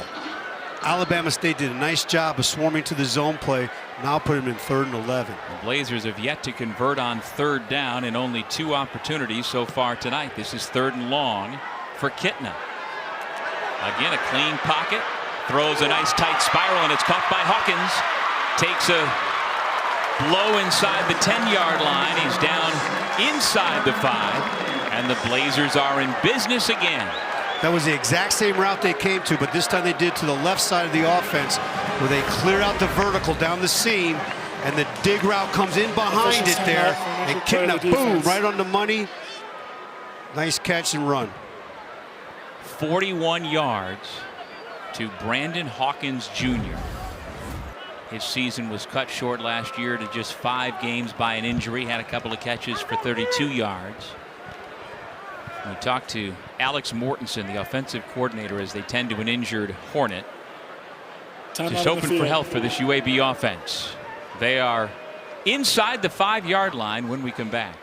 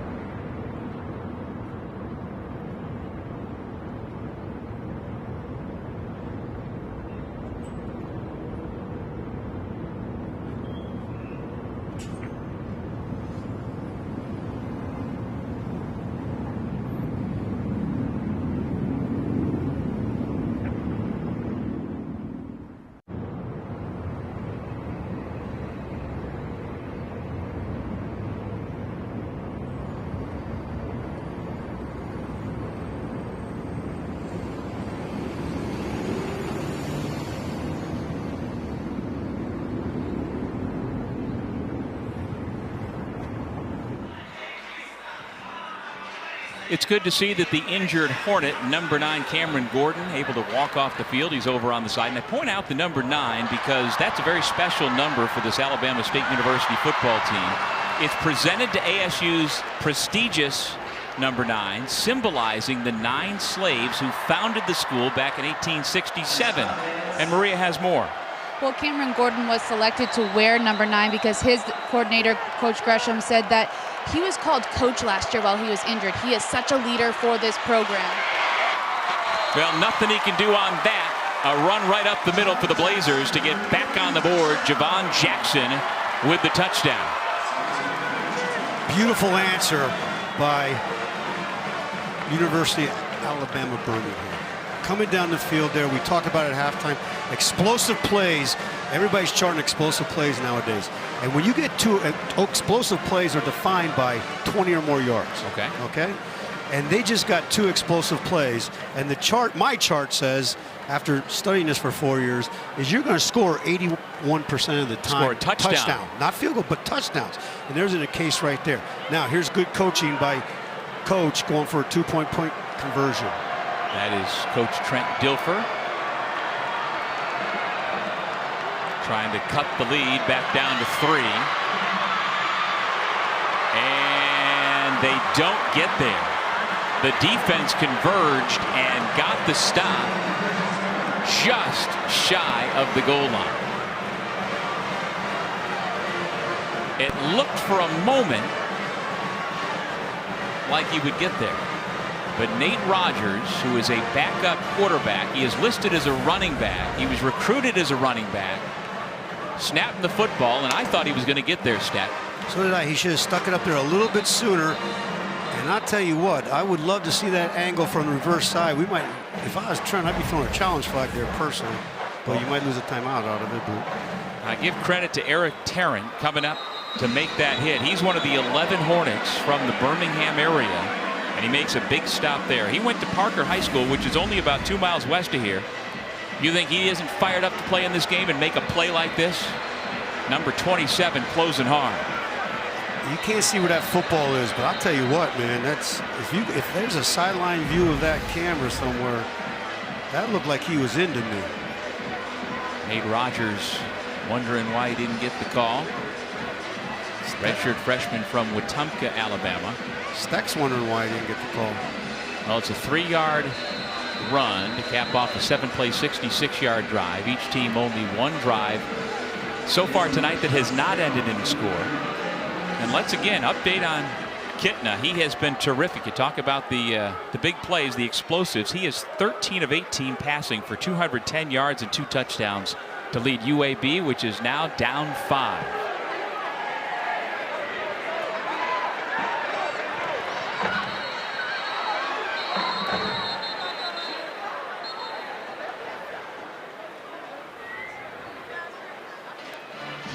I guess perhaps a fair catch signal was given. Let's see. There was a fair catch signal by number 6 of the receiving team. A different receiving team player caught the ball. By rule, it's dead at that spot. First down. Well, there's a fancy rule we haven't seen in a long time. There was a fair catch by the other player, the other returner. And the off returner caught the ball and started running with it. So instead of the ball coming out to the 25 like they should have, they get it at the spot where he caught the football, which was the 5-yard line. Please reset the game clock to 7 minutes and 45 seconds. Look at the top of the screen, and there's the signal, not from the man catching the football, but one of his teammates. And that's one of the points of emphasis that's been talked about by college officials coming into the season. Steve Shaw does a great job, the national coordinator of officials, passing along the things that they are most focused on. And that's one of the things they're focusing on in 2025. The thing I don't get is understand there if when they showed the replay of that, his arms were perpendicular to the side, like we're not going to return it. He did not wave his hand above his shoulder and head for a true fair catch signal. But that is a signal now that you cannot do. Putting your arms out like that, that is one of the new things that they are talking about you can't do this year. So based on what we had explained to us preseason, the officials got that right. Awesome. Well, among the other points of emphasis, feigning injuries is a big deal that they're trying to get out of the game. And in week 0, it happened a couple of times. Thankfully, so far, we haven't seen it tonight. No disconcerting signals is another one they're trying to crack down on. Clap can only be used by the offense. Move or stem can be used by the defense, but the defense can no longer clap to maybe simulate what an offensive player, what the quarterback might be doing. I actually lost the game one time like that because the defensive player clapped. We snapped the ball. Surprised you remember that and bring it up. I remember. We were talking to Trent the other day about how come you remember all the stuff, but my wife tells me to take out the garbage. I can't remember. Well, UAB, its defense has not been able to get off the field tonight. And I'm not exaggerating, but maybe this is the time. They have not been able to stop the Hornets. But Jonathan Allen, the redshirt sophomore from right here in Birmingham, out of Jackson Olin High School, with a huge play here.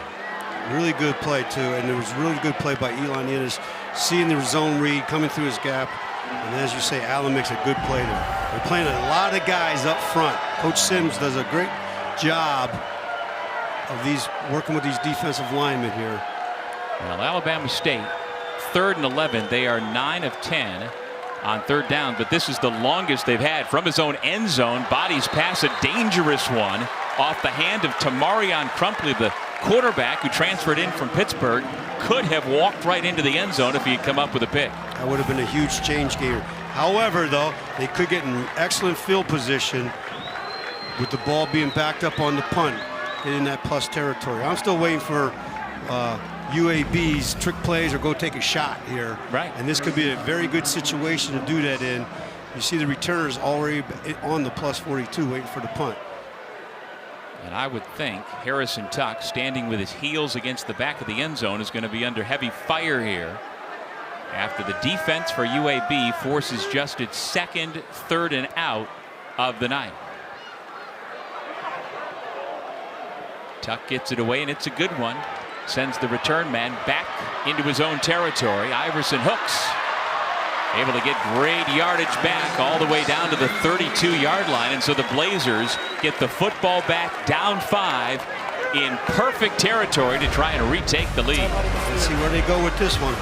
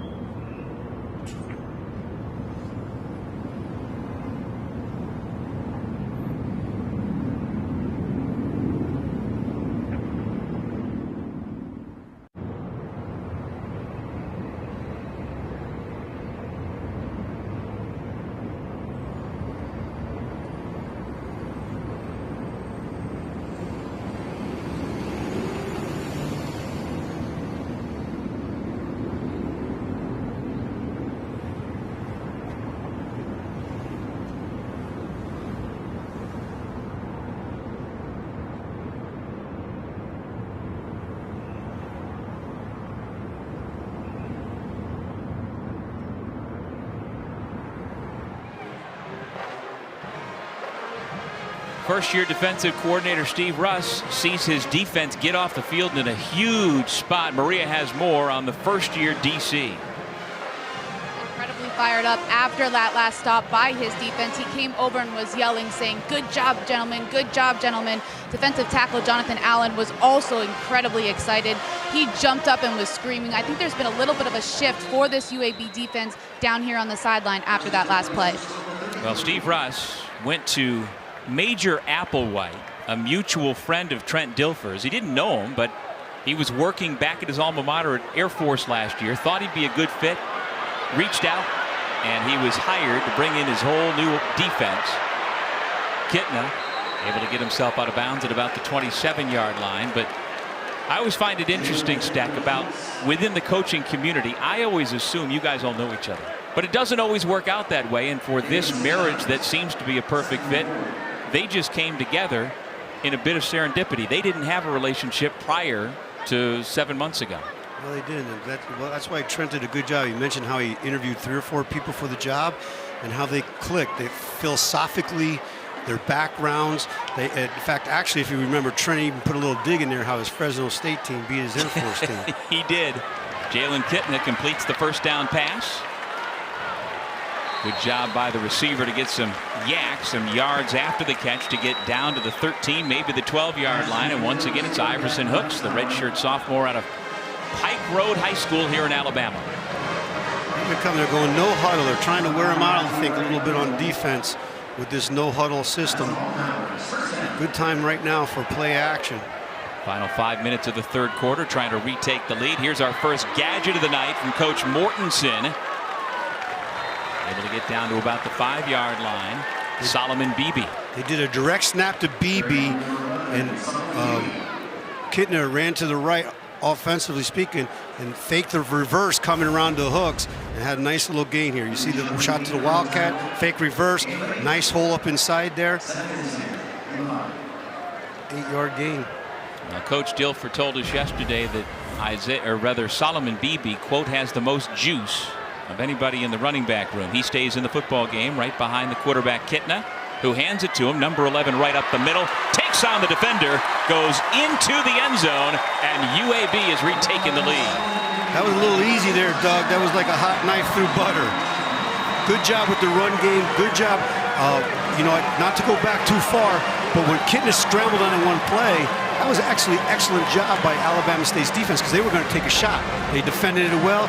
He got some yards, got out of bounds. They came back for the running game. They went back to the little trick gadget play with the Wildcat, and then they ended with a straight dive up the middle to Beebe for the 6. Excellent job. Last year, Beebe appeared in 10 games, rushed for only 81 yards. His primary job was as kick returner, but he's going to have a much bigger opportunity this year after his older brother Lee Jr. transferred out to Indiana. Lee was the feature back a season ago, and now going for 2 again. Kitten to Jackson toward the goal line, and he is in. 31-28, a big 2-point conversion for UAB.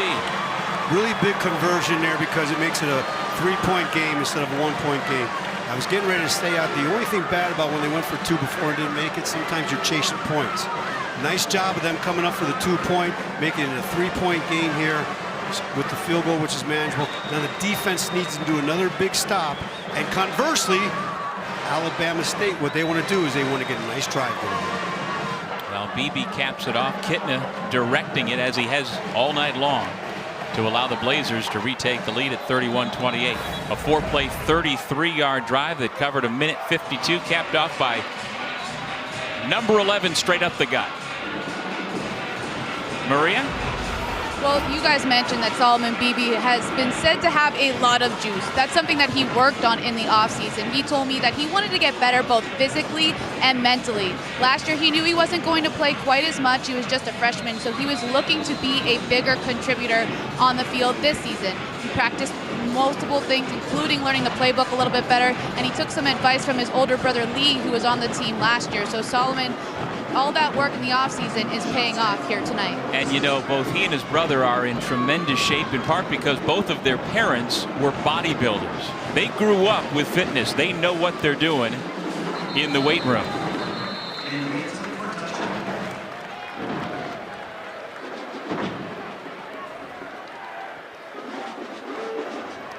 Well, Ajay Harrell, number 6 in white, one of the big play receivers they're expecting a lot out of this year. He caught 16 balls for 157 yards a year ago, but he is off to a terrific start to the 2025 season.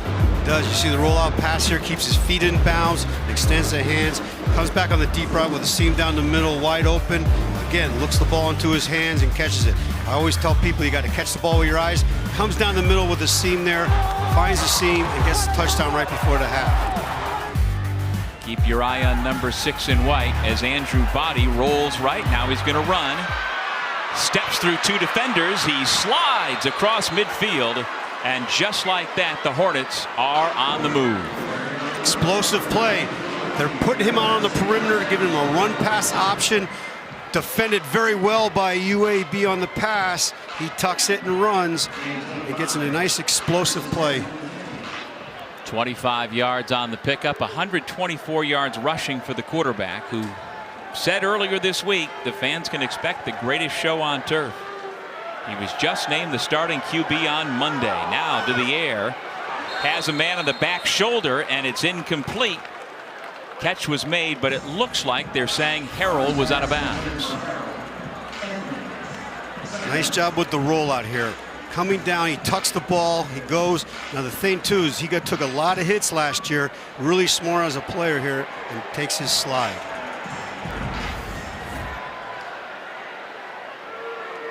Second down and 10 from midfield before the snap. They've got a stoppage. An incomplete pass is under further review.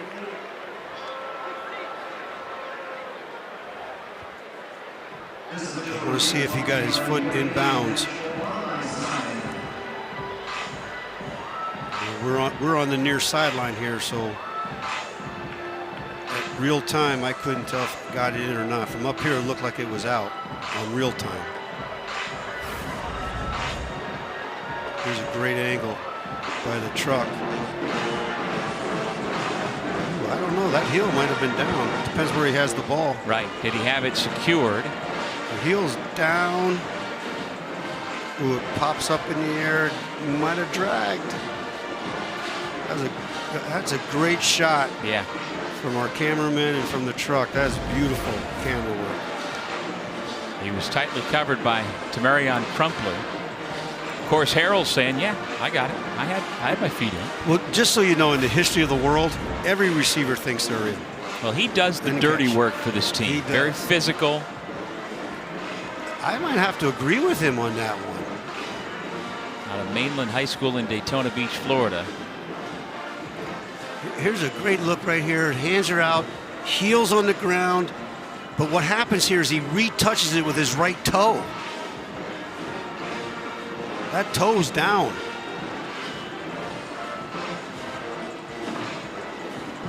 I'm saying that's a catch. You think the line judge, Jaquan Davis, who had a great view, is impacted at all by the fact that everybody in his line of sight is in green saying that's a no catch? Impacted by chance. Well, hopefully he's not, but you're right. Just human nature. Everybody's saying safe over on that side. Maybe he's a UAB grad. No. We're not going there. I'm not going to No. That was a joke. No. But I just think human nature. Sometimes that happens. You know, those coaches talk him into things. You know, I've been known to talk a guy into a thing here. No. Especially on holding calls. Well, when we chatted with the replay official up here in the booth before the game, Mark Larson, who has been a game official on the field as well, what did you say to him? I said, you always... Ruling on the field of an incomplete pass is upheld. It's second down. All right. So it's been upheld. That's part of the new terminology this year as well. That it's upheld, not confirmed. It's upheld. Correct. And it all just confirmed that I'm 0-1 for the season.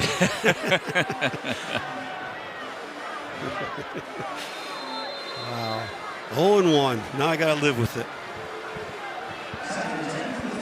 All right, 2nd and 10. What I'm curious is why they're not spreading the ball out in their stack look and running the ball inside the box. That's Harden, the tight end in motion. UAB defensively was ready up the middle. Now it's 3rd and long. What they need to do, and I'm saying this, UAB, they need a guy in some type of sub package, which they're subbing right now, who can spy the quarterback. But the critical part is the spy's got to be able to go get the quarterback. Well, I'd nominate Sherrod Bryant, who just had that tackle. He's their leading tackler today, the only returning starter on 3rd down and long. Let's see what they do against the dangerous #1 at quarterback for the Hornets, Andrew Body. Body throwing it deep down the right sideline, incomplete, and a flag comes in late. That is late. Well, the intended receiver, Jalen Jones, indicates that somebody had a hold of his shoulder pads. That's going to be a crucial mistake. Pass interference, defense number 14. 15-yard penalty, automatic first down. That's Jeremiah Vessel playing a bigger role from his nickel position tonight with Perry Fisher out injured.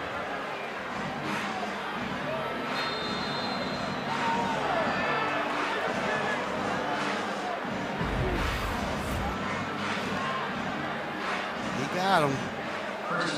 4th penalty, 35 yards now against UAB. That's a big one.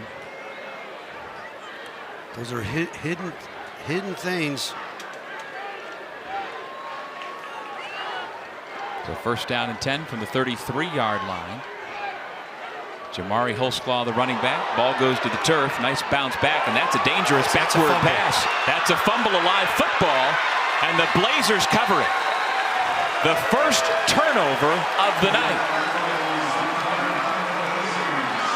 Well, Body caught a break when the football bounced right back to him, but he didn't take advantage of it. Ruling on the field was a backward pass. Made a rushed recovered by UAB. Pass, first and down. it turns into a fumble recovered by UAB. That's what's tough about great players. They always want to make something happen. They always can believe something happens here. And you're right. He fumbled the ball. He should have taken his loss where he was on the first down here. But he fumbles the ball. He gets down, as you see here. He's right before the white line there. He throws it 2 yards back. A nice job by them. See the ball bounce back in his hand. He moves back. The ball's without question 100% going back. It goes from the 38 back to the 42. And then very opportunistic by UAB jumping on that football. Yeah, tell you what, Devin Hightower is always around the football. He, to me, flashes on tape, and there's another big play, being in the right spot at the right time to cover that football. Which is really good. Now we just got another offsides penalty here.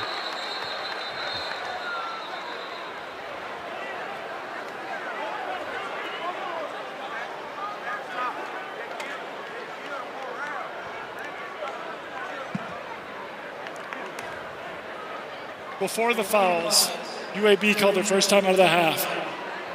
30 seconds. How about that? Yeah, they saved one there. That was interesting. Well, this is a neat matchup of head coaches. A lot of parallels between the two of them. Eddie Robinson back at his alma mater. He was a great linebacker. Two-time Defensive Player of the Year in the SWAC. He is a SWAC Hall of Famer. He went into the SWAC Hall of Fame as a 28-year-old while he was still in the midst of an 11-year playing career in the NFL. And so now he's back at his alma mater. Trent Dilfer, who also spent more than a decade playing in the NFL, in his third year as head coach at UAB, and both of them trying to get this 25 season off to a big start. And I think it's really fantastic with these guys. Like you said, they played against each other. They Yeah. both remember the game candidly, okay?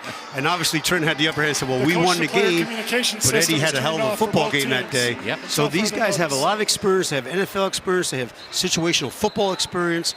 And this is really a good back and forth battle between the two masterminds of their particular team.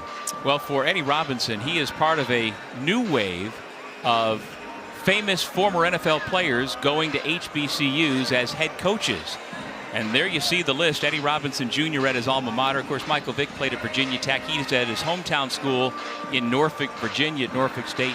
Deshaun Jackson, Chris Dishman, Reggie Barlow, one of the all-time greats here at UAB, now the head coach at Tennessee State. And so it is a thing.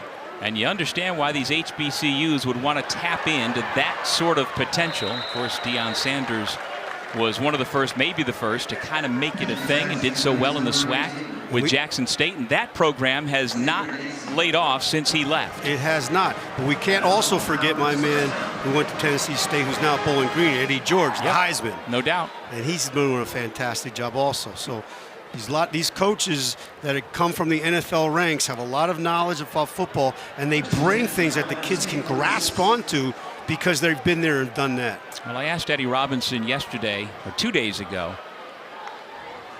what does he see that's advantageous about the HBCU experience as he sees Javon Jackson break through his defensive line and go to the house. Another explosive for UAB, a 46-yard touchdown run. That thing right there was all set up because of our guy, Jadarius Morgan and Logan Moore. They ran what's called a counter OT. They bring in the right guard, right tackle, pulling back across the opposite side of the football on the counter play, makes a huge hole there, and then Jackson does the rest. The other thing you see down there is great blocking down the field by Xavier Daisy, who likes to do the work, dirty work there. Nice block on the perimeter that springs him. Springs Jackson for 46 yards to make it a 10-point game. Jonah DeLonga, last year's Special Teams Player of the Year in the American Conference. Off to a good start to this year. Last year he was a Lou Groza Award semifinalist. That is quite a weapon for Trent Dilfer to have in special teams. And Javon Jackson, along with Solomon Beebe and Isaiah Jacobs. The expectation is that's going to be a pretty good three-headed monster in the backfield for UAB. It really is. They keep rotating them. They keep them fresh. They all have similar characteristics. However, they have some subtle differences in their football game. One's more explosive, one's a little bit faster, one's a little bit quicker. But at the end of the day, they're all very good football backs for the Athletic in this conference. Tell you what, Alabama State's best defense tonight has been its offense. The only time UAB hasn't scored is when they haven't been able to get on the field. You know, they had that long stretch late in the second quarter, early in the third quarter. But since that time, UAB's last 3 drives, a total of only 12 plays, covering 155 yards and 3 touchdowns in under 5 minutes. And we thought that rest was going to put them in a little delay mode, but it didn't. Apparently not. What I'm curious to see now is how does our boy Andrew Body come back here after a mistake, regroup, and get his team down the field to get a score. Still plenty of time in this football game. 1:42 left in the third quarter. The Hornets out to the 30-yard line. And another flag comes at about the 40-yard line. After return by Nehemiah Hickson, the true freshman they call Nemo. There is no foul on the play. It's first down.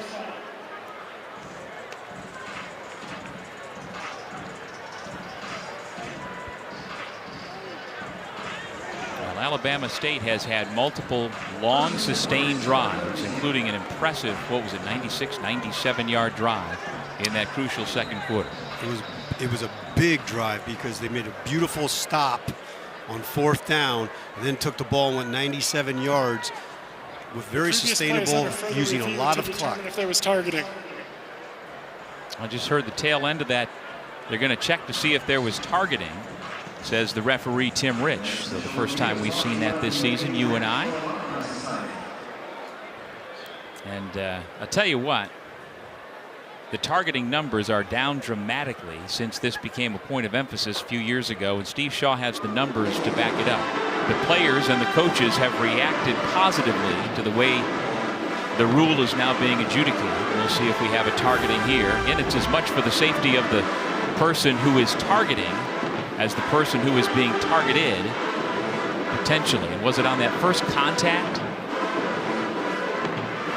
The flag was at the 40. I thought maybe the targeting came off on a blindside block, possibly, when it's in that area. I'm not saying it was. I'm saying that in that area, away from the ball, sometimes it's a blindside block. Okay.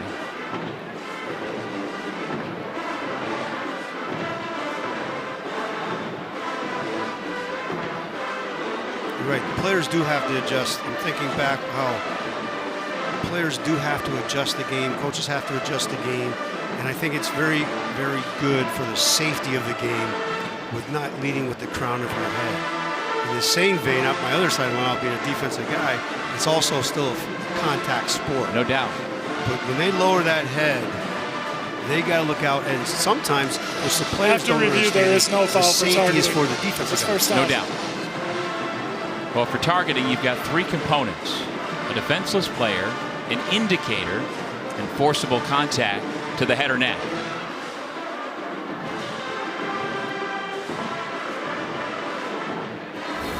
So watch the right of your screen. And that's kind of what I thought on the initial hit there. He did lower his head. He did, but he wasn't defenseless. He was running the ball. So no targeting on first down. Run the football for the Hornets. Carl Ligon lost his helmet, and so he'll have to head to the sideline for the one play.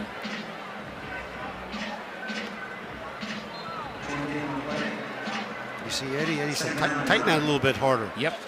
Make that thing a little tighter. We can't lose you for a play.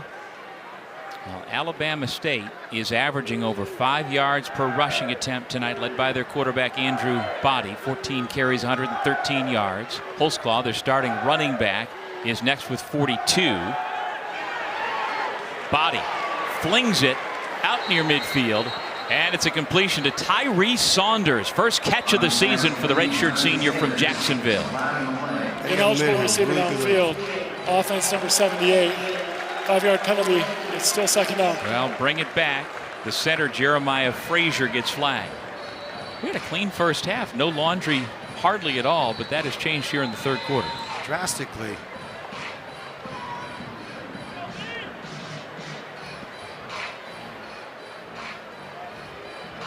Well, the offensive line is expected to be one of the strengths this year for this Alabama State team that has never had a losing season under its fourth-year head coach Eddie Robinson Jr.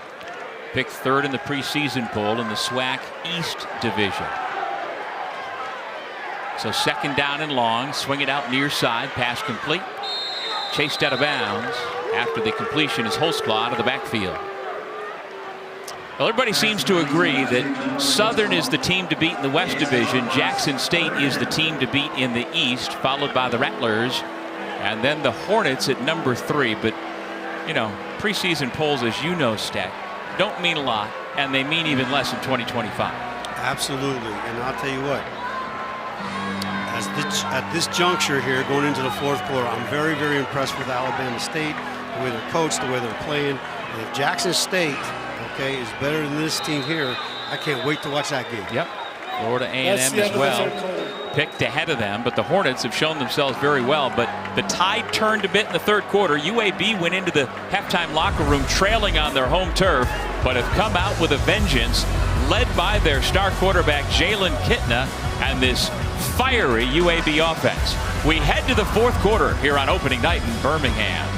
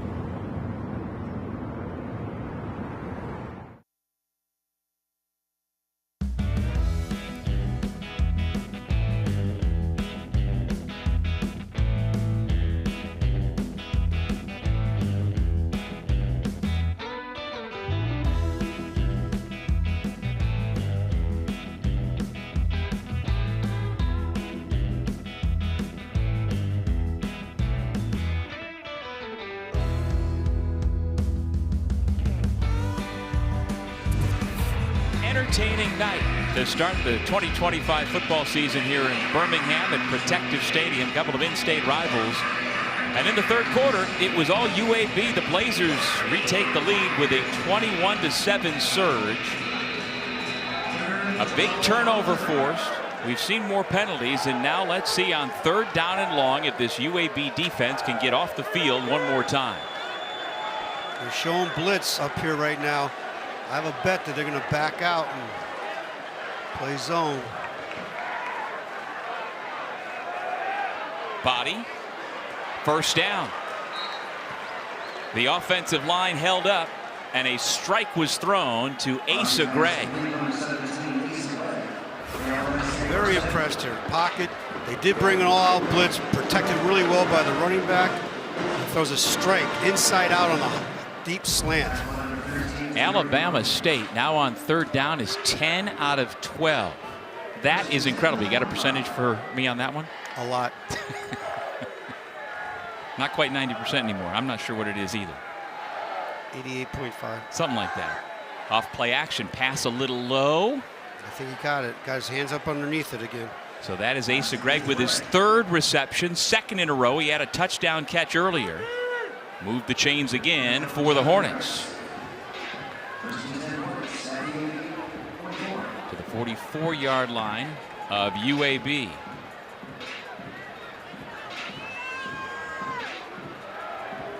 Alongside Dave Steckel, I'm Doug Sherman. Maria Trival-Peace down on the field. Glad you're with us on opening night here on ESPN+. Body with a flag down, has a man. It's caught inside the 10-yard line. We'll see if it'll stand. It's another big play for Jalen Jones, but the flag is back at about the 42-yard line. Offside. Defense number 16. The penalty is declined. The result of the play is first down. So Isaiah Crozier's penalty is declined, and Andrew Body has himself another chunk play. Beautiful throw down the left-hand side seam. He looks him off, comes back, throws a beautiful strike down to JJ. They call him JJ, fastest guy on the team. You see the 4.4 speed there, just running by the defensive back. And again, Body is the 3rd most prolific passing quarterback in the history of Texas high school football, who then went to Texas Southern and in 3 years passed for over 4,100 yards. He can sling it. Up the gut. It's another touchdown for the Hornets. Holzclaw finds the end zone, and Alabama State is right back in it within 4. Very quickly back in it. Big explosive play coming down the sideline. That was the 2nd explosive play of the drive again. Going back to that percentage. 81%. 81. Good listener. And that was too easy there. That hole opening up, it was way too easy. Our guy Enos overworked his gap and couldn't get back in time to wrap up and make the tackle. Holzclaw with his first touchdown of the young season. Now over 50 yards on the ground.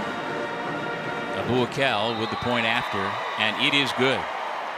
The boys from the SWAC from Montgomery down 3 after another impressive scoring drive. Nice hole, huge hole up the middle, gets up in the end zone, scores, and the band starts playing.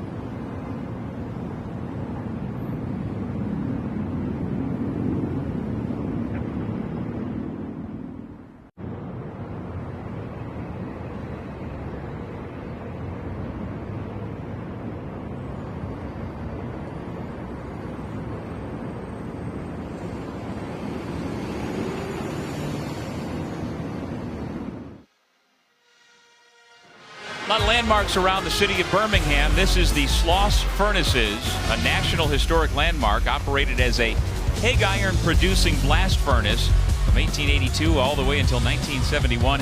It currently serves as an interpretive museum of industry and hosts a metal arts program. We are at Protective Stadium here in Birmingham, brand new beautiful facility for UAB.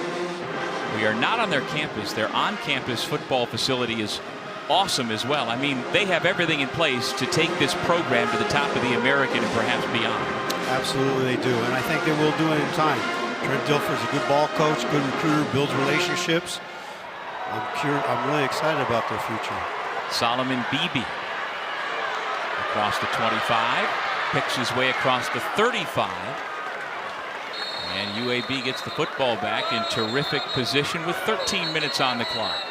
They're doing a really nice job on special teams, UAB, as far as their kickoff return and their punt return has put them in really good field position a couple times. So that's a real big factor in this football game that we can't overlook. I love the history that we just shared with you. I spent a couple hours today kicking around. I went to Old Rickwood Field, the venerable baseball park that's been here since 1910, the oldest active professional baseball stadium in the country. Then went by Legion Field, that used to be the home of the UAB Blazers before this place went up. Lots of history here in Birmingham. Jalen Kitna on first down, hands it off.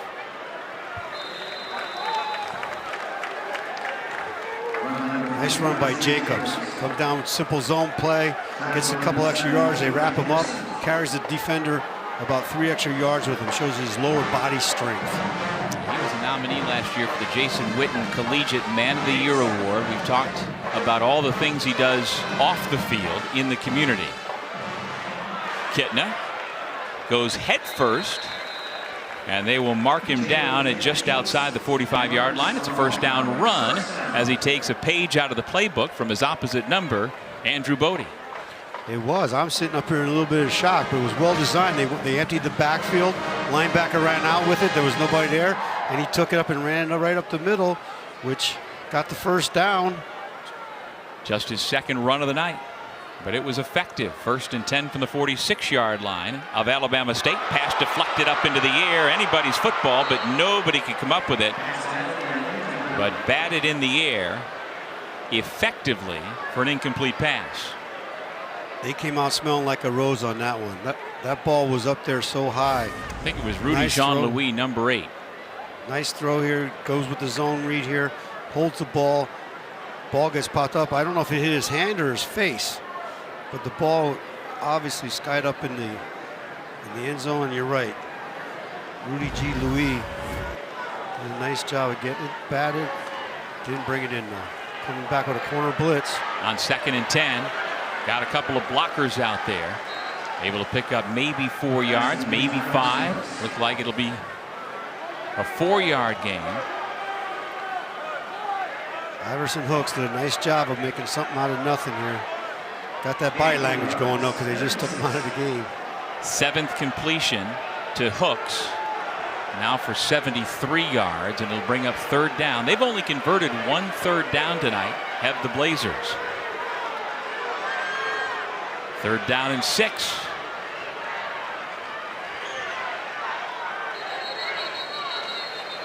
Timeout called by the defense right before the snap. As head coach Eddie Robinson Jr. was walking out onto the field, he saw something. What he saw was they were in their dime package, okay, and they were in 12 personnel, 2 tight ends. So what they did was they took the timeout to get the right defense in.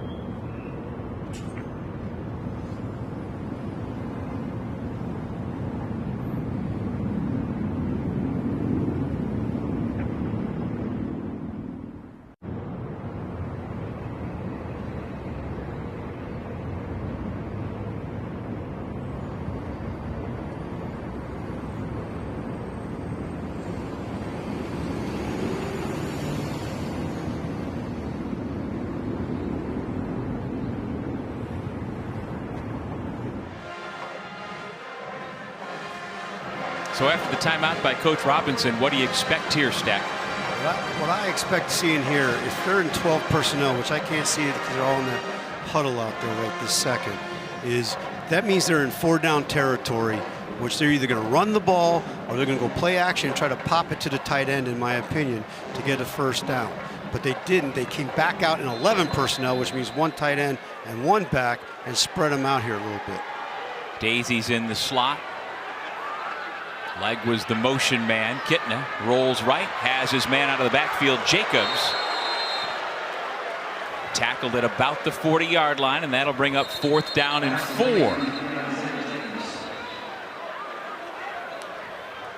Officials timeout for a defensive injury.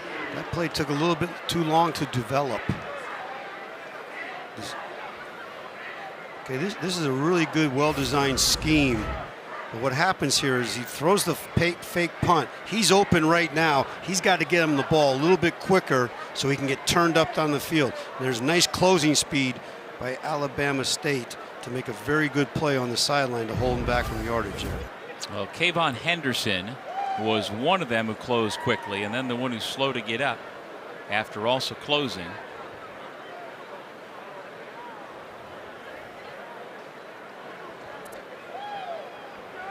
That is number 22, Terrence Johnson. So while they tend to Terrence Johnson, we got some big news from the American Conference tonight. 3 games on the schedule, including the beauty we're involved with.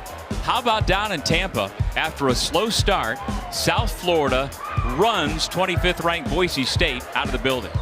They got to go home. They have a long flight home. And you see there by the stats, everything kind of looks similar. But look at that, 5 fumbles by Boise State.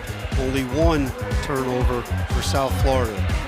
Well, South Florida is serious about winning football games. Reportedly, they are outspending the rest of the league by millions in the NIL space. Whether that translates to beat a 25th ranked team, but it's the first time in more than a decade that the Bulls have taken down a ranked opponent. Pretty good start to the year. Really good start. Americans got really good football teams, really good football coaches. I'm excited to see how South Florida does that because they have 2 huge road games coming up against more ranked teams. And the other game in the American tonight, East Carolina went to Raleigh and gave North Carolina State a great game, but the Pirates fall by a touchdown 24-17. That's a big deal. That's a big rivalry game. That was another entertaining one. So the American so far is 1-1 tonight. UAB trying to make sure that it doesn't go to 1-2. Big spot here. With under 11 minutes remaining in regulation, they are 0 for 1 on 4th downs tonight. This is 4th down and 4. Kitna throws. Got a man. First down. And out of bounds goes Corey Milliner. And a flag comes in after the play. Personal foul coming.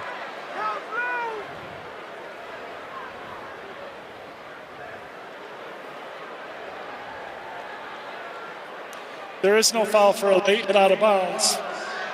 The result of the play is a first down. So they pick the laundry up.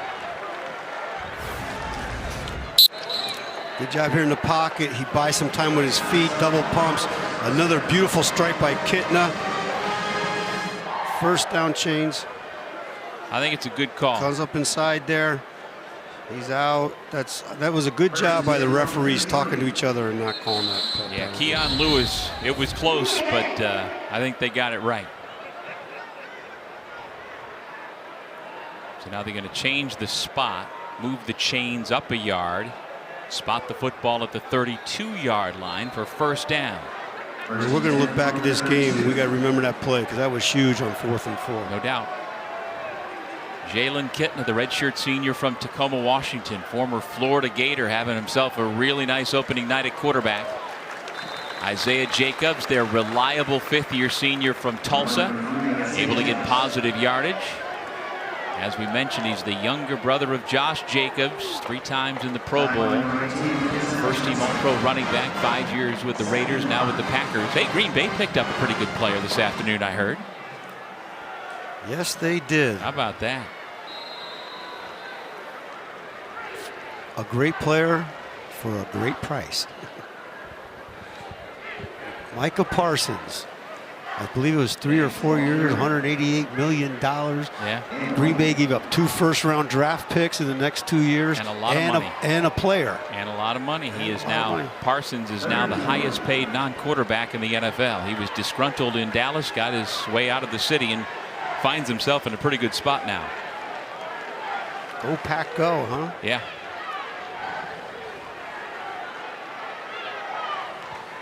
On 3rd down and 4. Big hole.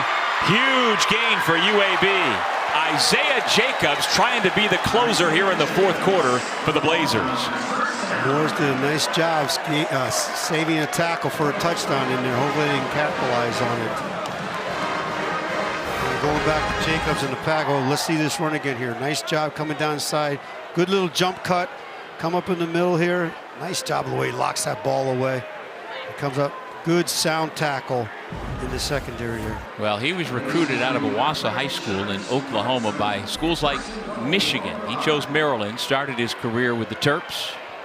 And you see the rushing yards for both sides. So impressive tonight. Toss sweep to Jacobs, trying to get to the corner. He falls forward, and it is a touchdown. Isaiah Jacobs, who has not been able to complete a season the last 2 years thanks to injuries, able to get into the end zone for the first time in this his 5th year as a college football player. You just got to cheer for guys like that. You guys are good people, good workers. The thing that was so impressive about that drive that I saw out there was watch this offensive line just take over. You got the pullers coming out, Ruling on the tight field end, of a touchdown is under tackle further coming review. out. It's going down. I'm not sure if that's a touchdown or not there. Yeah, Logan Moore, the right tackle, and the tight end, number 88, J.C. Sivley. They're going to take another look. There, I think his knee hit right beforehand. Give him another shot at it, though. His knee's down right there. The ball's not across the line of scrimmage. Yeah, knees down. Ball's not down.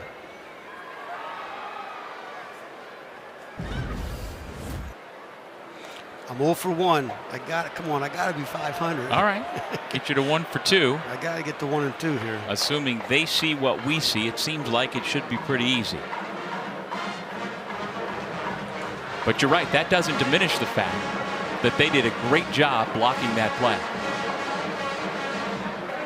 The offensive line, at least on this last drive, they've been doing it for most of the night. They've really taken over this game as far as protection and blocking in the run game. Give you another look. Coming here. There's the block.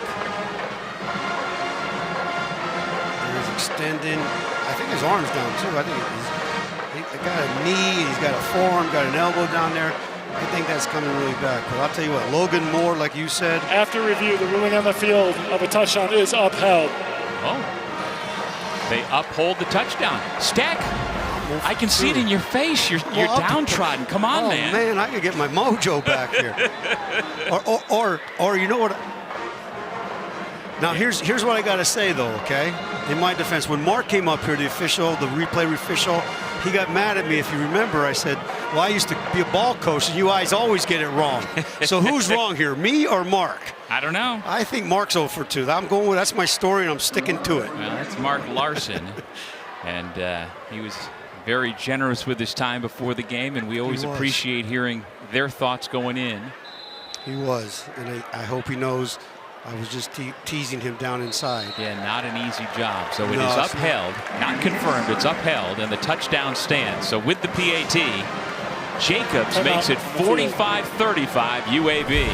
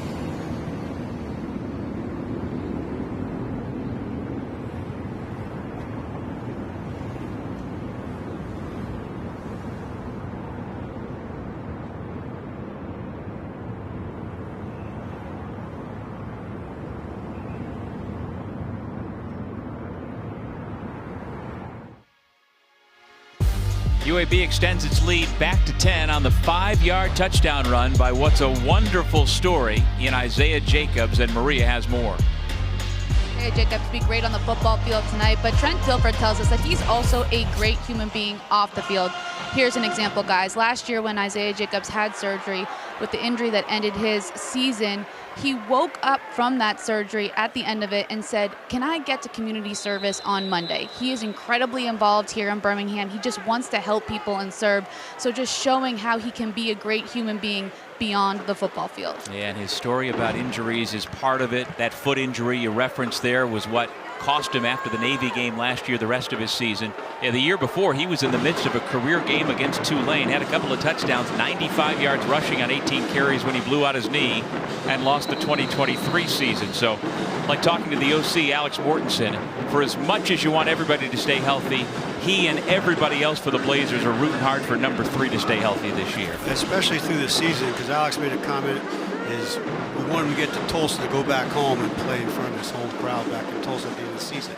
So I think the young man can do it, and you see that picture right there. His arms are bigger than my legs, man. That guy's slapped together. Yeah, the regular season finale for UAB, November 29th at Tulsa, and you can bet that number 3 in green has that circled on his calendar. Absolutely. So he scores the touchdown to make it once again a double-figure lead, and now so how does the team from the SWAC respond? They've got the guy to do it in Body, who has been near perfect. The one turnover might wind up proving so costly. It could be. We did a little 3-step pitch there. He looked it off, came back to the wide receiver, and Crumpley did a really nice job of putting his toe in the ground, changing direction, and making a nice tackle there for only a gain of 4. He's now 15 of 20 passing for over 230 yards. This along with more than 100 yards rushing, up to 113 and a touchdown on the ground. On 2nd down and 6, Body over the middle, fires a strike, and it's incomplete. Trying to make the sliding catch is Harrell, unable to do so. That was one of his first few bad throws of the evening. Had time in the protection, rushed it a little bit, and got the ball behind him and low. But these guys are unbelievable on 3rd down, so yeah, that's what they have right now. They're 3rd and 6. Yeah, 10 of 12 on 3rd down conversions. Manageable 3rd and 6 here. That's 80% by the way. It is. 7:42 remaining in regulation.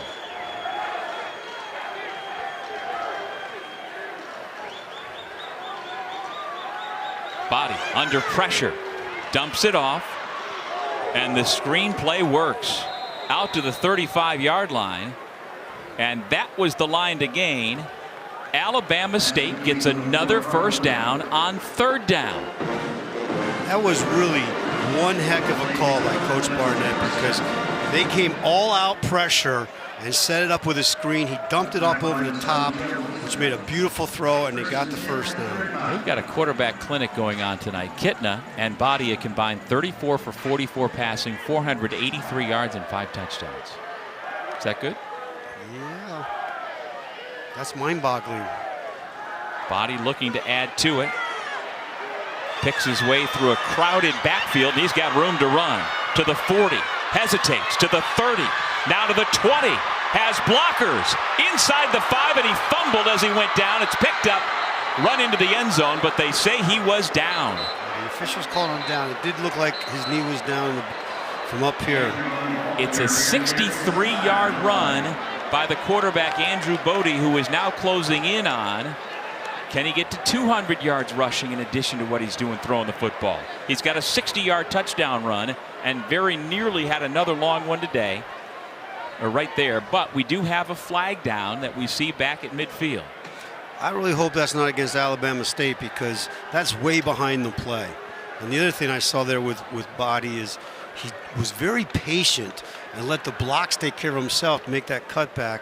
And it was great pursuit by UAB to make the tackle. Yeah, if not for a touchdown saving tackle at about the 5-yard line, that could have been another long TD. During the play, we have foul on both teams. Personal foul, number 5 and number 13, one on each team. The penalty is offset. Replay 1st down. They didn't say which 5 and which 13, but I'm guessing maybe Eddie Tucson for UAB and Tyree Saunders, the running back for Alabama. Let's see if indeed those are the guys. Is it 13 in white and 5 in green?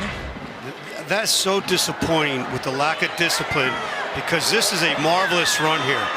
He's taking it. We got a nice block there. See how he slows down? He's patient, sets up the block, sets up the second block, cuts back up inside, and there's awesome pursuit by the defense on Royster's part to come make a tackle. And you see right there, Coach Robinson is not very happy with the call, which I get. So Christian Pitts was the one who was downfield, the wide receiver, making those blocks, but all for naught. Body. Winding down on 6 minutes to go in the fourth quarter.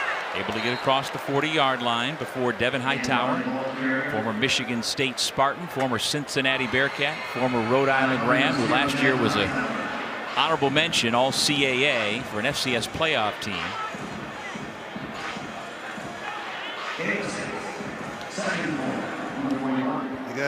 They got to pick up the tempo a little bit here. See the replay on the last play.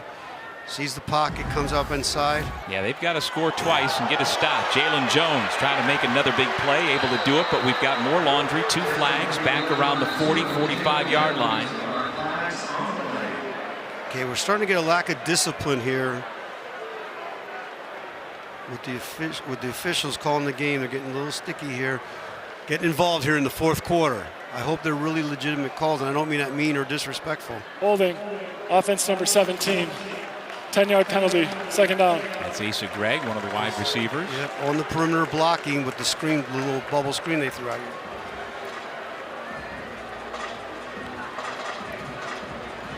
But they're losing their discipline because in the first half we only had 2 little offsides penalties.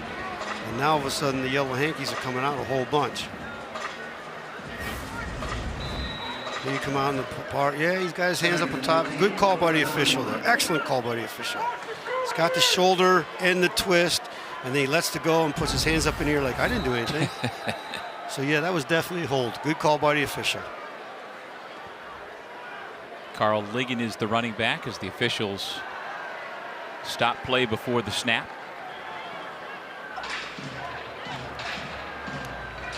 We were confirming that the ball position was correct on the field.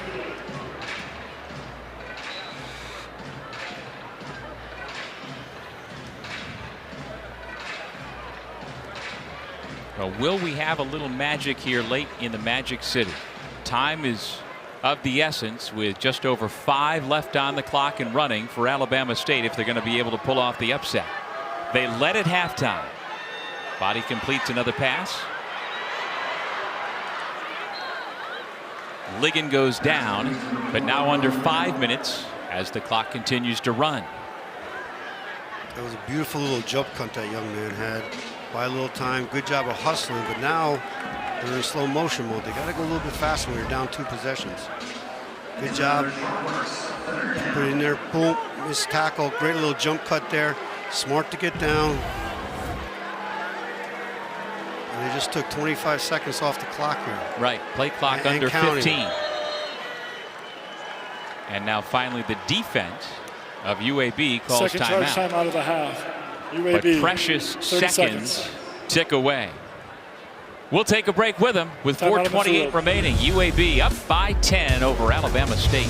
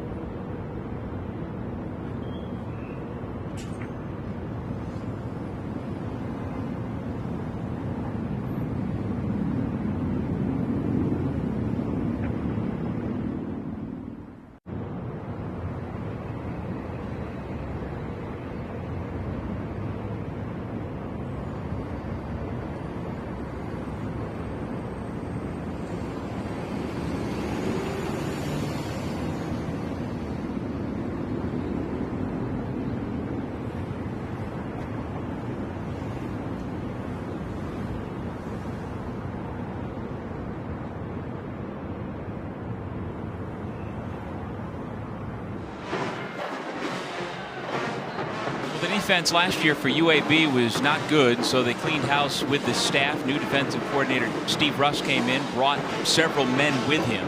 Last year they had very little quarterback pressure, 112th nationally in sacks. They couldn't get off the field, allowing 41% of third down conversions. Couldn't stop the run, 126th nationally in rushing defense. But as we saw from those numbers, stacked at least game one, it's about the same thing. It is, but we have to give them some time. They're no doubt. A whole new scheme, whole new system, whole new coaches, people getting used to each other. But the biggest key is they're up by 10 points. Right. And they have come from behind after trailing at the intermission. Now movement up front. Was the defensive end drawn off? Ball start. Offense number 70.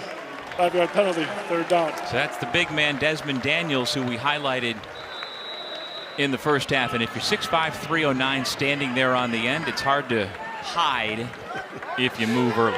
You're absolutely right. You're absolutely right. That's pregame. I mentioned it earlier in the broadcast. He's a big human being, but he's very athletic and got super feet. Just a little quick on that last one. Well, he and cornerback Twilly Lovett consider the two top NFL prospects. Tell you what, Andrew Body is putting on a show. No flags. We do have an injured player back on the 25-yard line, but a huge play for Alabama State. A 69-yard touchdown strike. And they are right back in it. Jalen Jones showing off the Jets. That was way too easy for a third down, and that was like a bullet coming out of his hand with that spiral. You could hear it spinning here on the highlight. Look at that throw right down the middle. Great hands, burst. Free safety takes a bad angle on the play. All right, got another math question for you, Steck. They are now 12 of 14 on third down conversions. 6 of 7. Didn't that just jump up to like 88%? Something like that, if you say so. Wow. We got ourselves a football game. We sure do. Now the pressure goes back on Jalen Kitna and the UAB offense. Can they possess the football? They don't have to score again, but they've got to possess the football and get some first downs. They do. One thing to bring to the audience attention, they're seeing JJ, number 0. Coaches are bragging about how he's got 4.4 speed, and when I hear that as a coach going, yeah, okay, everybody has 4.4 speed. That young man just showed he has 4.4 speed. Yeah. And he may not even be the fastest player on the roster. He's the fastest player on the active roster, but Eric Horn is even faster. He suffered an ACL injury, and they're hopeful that maybe Eric Horn could come back late this year. But they've got some burners. Elijah Baker down, the offensive lineman. You always hate to see that happen with these young men. Body's passing numbers, 18 of 24, 312 yards, 4 touchdowns. It is amazing how well he is playing. You mentioned it before. I'm stealing your thunder about Saturday night. They give out those helmet stickers. He's going to get one if he keeps going, and if they pull out this young man needs to get a helmet stick, win or lose. Those numbers are impeccable. And with the PAT, it is a 3-point game. A stop and a field goal. Alabama State still has itself a really good shot here.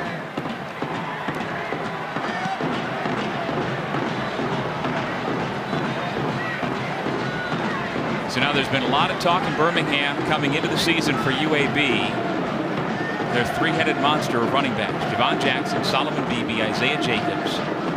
They need those guys to pick up tough yardage here and hold on to the football.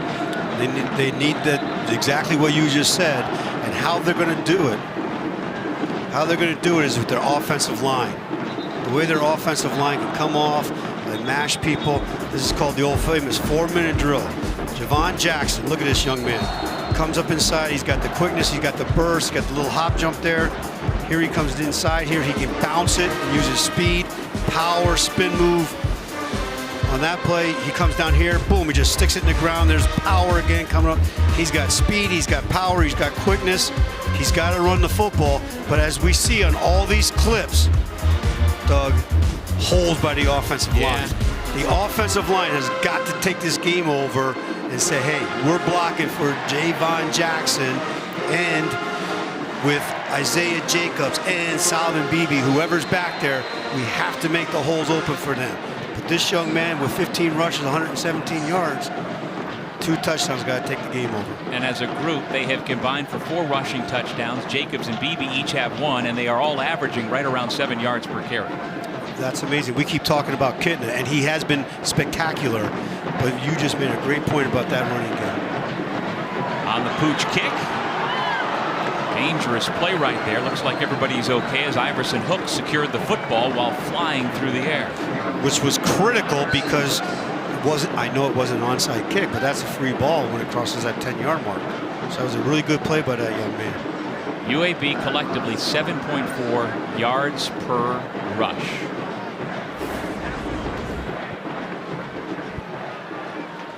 Coming up here, the ball bounces up in the air.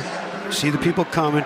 He oversteps it, leaps, catches the ball, falls awkwardly, but that was a very critical play for UAB. So it's Beebe, the running back, to start this drive at UAB's only 33-yard line. Beebe picks up 3. Brandon Snee, the left tackle, out there leading the way for number 11. Nice job here, running the clock, using clock. Alabama State's got technically 3 timeouts because you got the 2-minute timeout and he's got 2 in his pocket.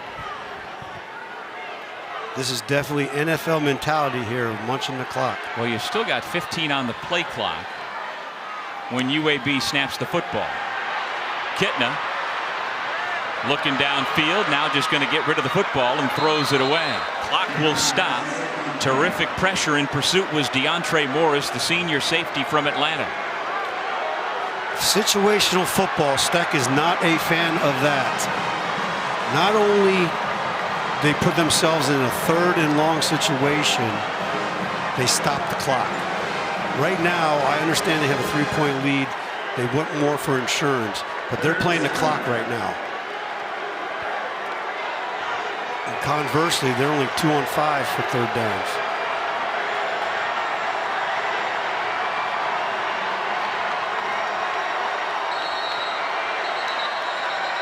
Timeout UAB, and that is their final timeout. Timeout UAB. 30 seconds. So you want to be a college football coach? Man. I was 41 years. Head coach at Missouri State. That's why I have gray hair and bags under my eyes. And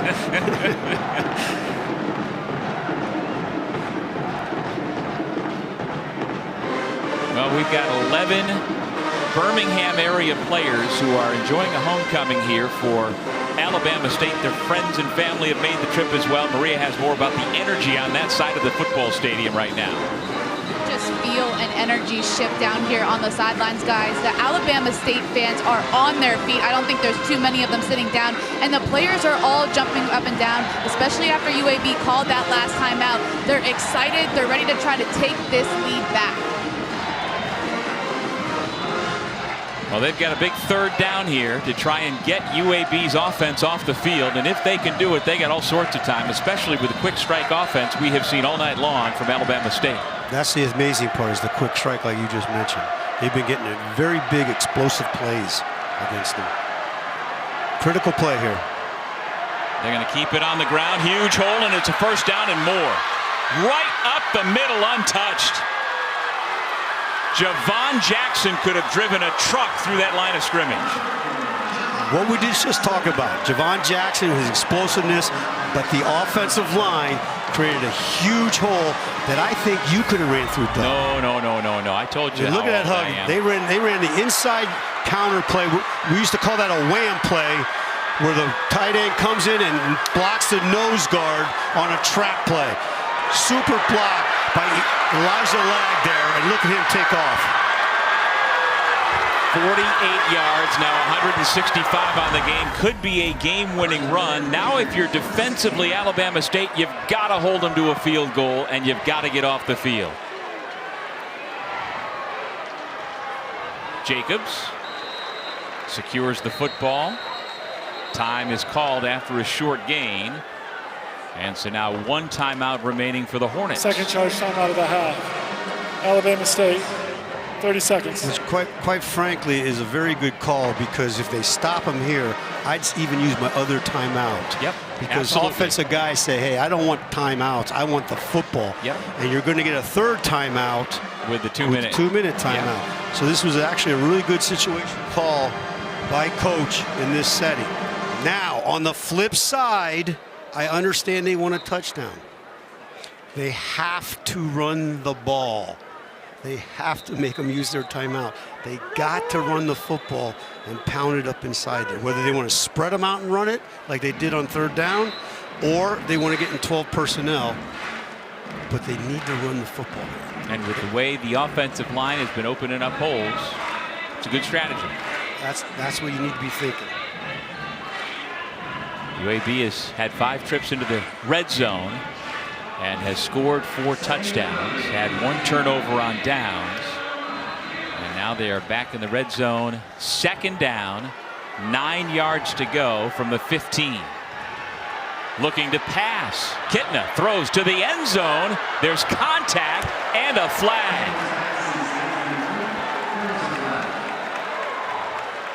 Iverson hooks the intended receiver, and we're going to have pass interference against Bama State. Pass interference, defense number 4. The ball will be placed at the 2-yard line with an automatic first down.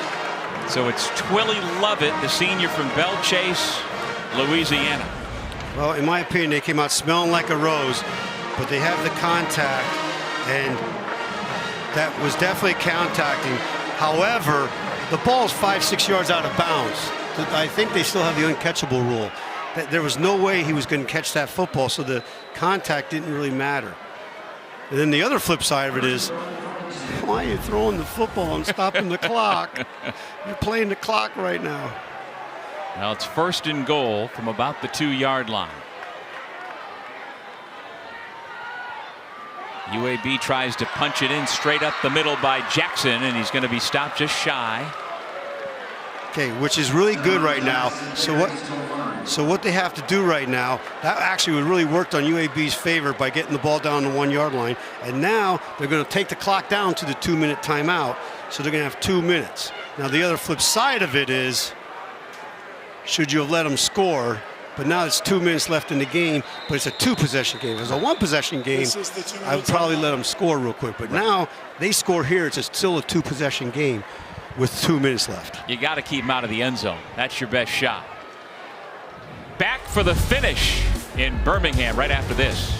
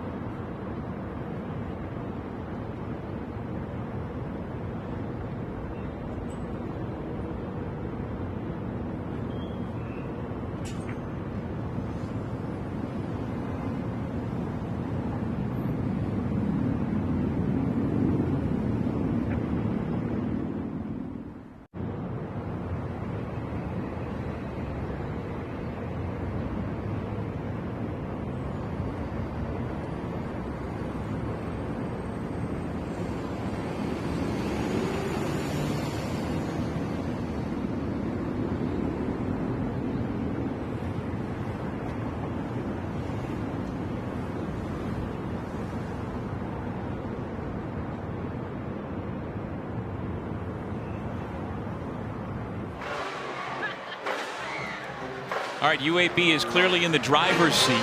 What's their mindset right now for the Blazers offense, Coach? Well, I know what my mindset is, but I'm telling you, Trent Dilfer, an offensive guy, his mindset is they're going to score right now. They want to go up 10. And I get that because now it makes it a two-possession game. It's almost like if you could have a little script is you want to kneel down right there and make it third down, okay, with the clock running, either make them use a timeout or run the clock, and then score on third down. But if you just score, give them the football back up 10 with a minute 50 or so. Absolutely. I like your chances. Absolutely. So defensively, do you give a thought at all to allow them to score here? Let's see. Going to run for the end zone. They do stop him. Javon Jackson spun around for a loss on the play. See, to me, there's a great script there because he called timeout. Now they're out of timeouts. And they're still only a yard away from a touchdown. 55 in the neutral zone with the snap. Half the distance to the goal. Replay second down. They just got a penalty. Dietrich Jones being worked on by the training staff. Looks like they're working on that right foot or ankle. He must be cramping because this is the third time our big man's down. Yeah. Official 5'11", timeout. 315.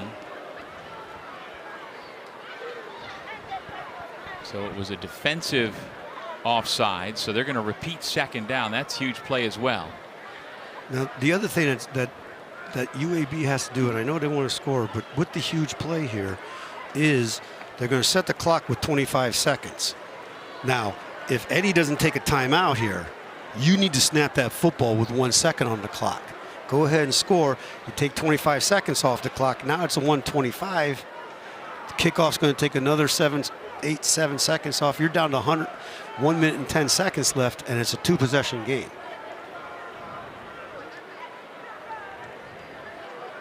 So it's second down and 1. Don't snap the ball. Okay, he blows. Yeah, when I say 1, I mean about 1 inch. Second and goal from right now. Oh, they set it on to the 40. goal line. And did you see that? Not to cut you off, but they set the clock at 40 seconds. So they really got to let this thing run down. And he didn't call a timeout out of it. They don't snap the ball for another 20 seconds. No, they should absolutely stand there for another 15 seconds. Although somebody potentially moved on the offensive line, they are pointing at Brandon Snee. Let's see what the officials say. Indeed, it's against the Blazers. Situational football. Now that could help a little bit too, because now they're going to set the clock at 25 seconds because it's an offensive penalty. Run the ball again. Again, we're back to the same scenario we just talked about. Timeout, let the clock run. But they shouldn't be snapping the ball until there's 2 seconds on the clock. False start, offense number 72. Alabama State has declined the option for a 10-second runoff. So the game clock will start in the snap. 5-yard penalty, second down. Should they also stay in their huddle until like 10 seconds? No, on the play clock? because what he just said there is because it's an offensive penalty, the clock's not going to start until he snaps the ball. And he didn't take the 10-second runoff. So now second and goal from just outside the 5. Hit behind the line of scrimmage was Isaiah Jacobs. Alabama State still feels like it's got a shot. Number 9, Cameron Gordon. Third and final timeout of the that game. Special number with a big play. Alabama State, 30 seconds. Transfer from Division II Lenoir-Rhyne University in North Carolina. And so the clock is stopped at 1:25.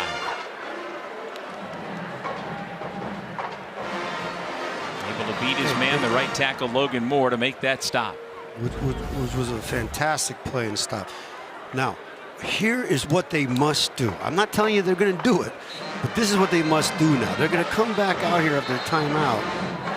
You got to run the football on third down, and I understand they want a touchdown.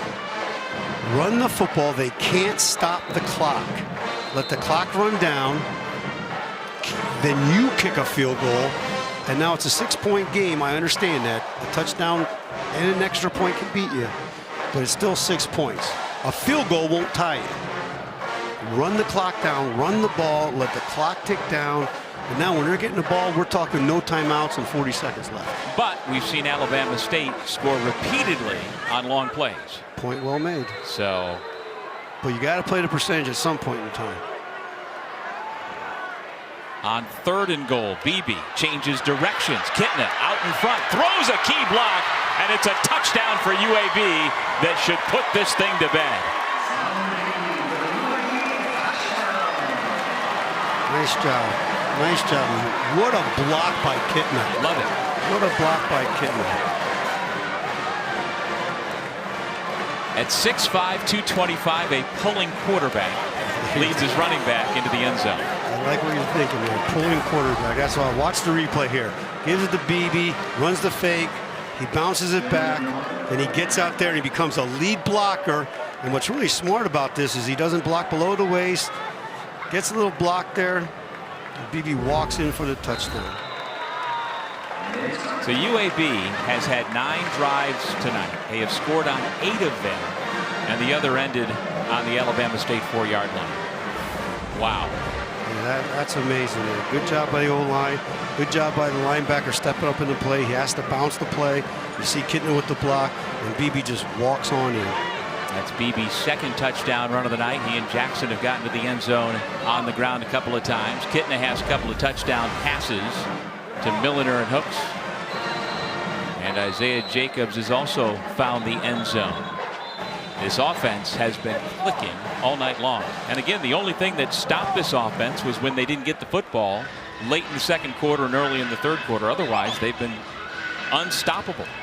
They've done a great job. They ran all the way down the field to the 3-yard line and got stopped there on the 4th down.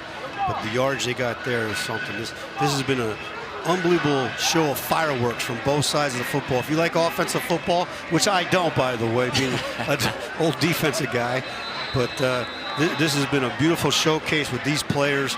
These quarterbacks are amazing. Bai's got 431 yards tonight. Who knows what's going to happen here yet? We still got a minute and 19 seconds left. Yeah, he's been responsible for that much total yardage plus 5 touchdowns. So he's going to get the football back with over a minute to go. But they've got to score twice. Kick goes into the end zone. No time runs off the clock. And Alabama State, let's see if they've got a little magic here. If they can score quickly again. Put the pressure back on UAB. Now the question defensively is, Coach Russ, we brought you in here to win some football games, Steve. What are we going to do? Meaning, are you going to be in a prevent too early? Are you going to come after them? What are you going to do and play? Personally, I would be playing zone, but I wouldn't be playing any type of prevent type of defense. You still don't want to give up those big yardage plays with the chunks, which they are not doing, which is awesome in my opinion. But they got to throw the football, so you got to get those D linemen getting upfield. Bodie hands it off. Gain of 5, but they can't stop the clock after Holtzclaws dropped at the 30-yard line. So not only did they run the football, they're making a substitution change, and there goes the clock. They're not going to snap this ball until under a minute.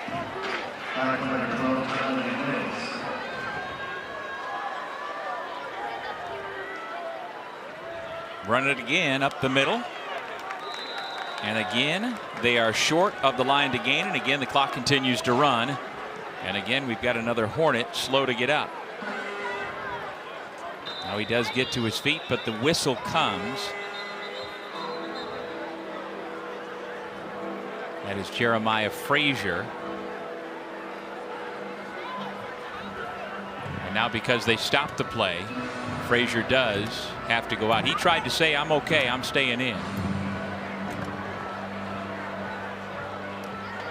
There was an injury on the offense which stopped the game clock.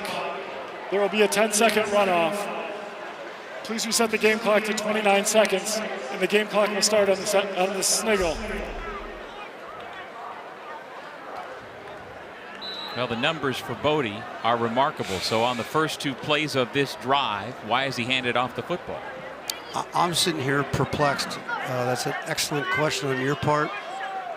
I do not know. And it's 3rd down with 29 seconds. And he handed it again.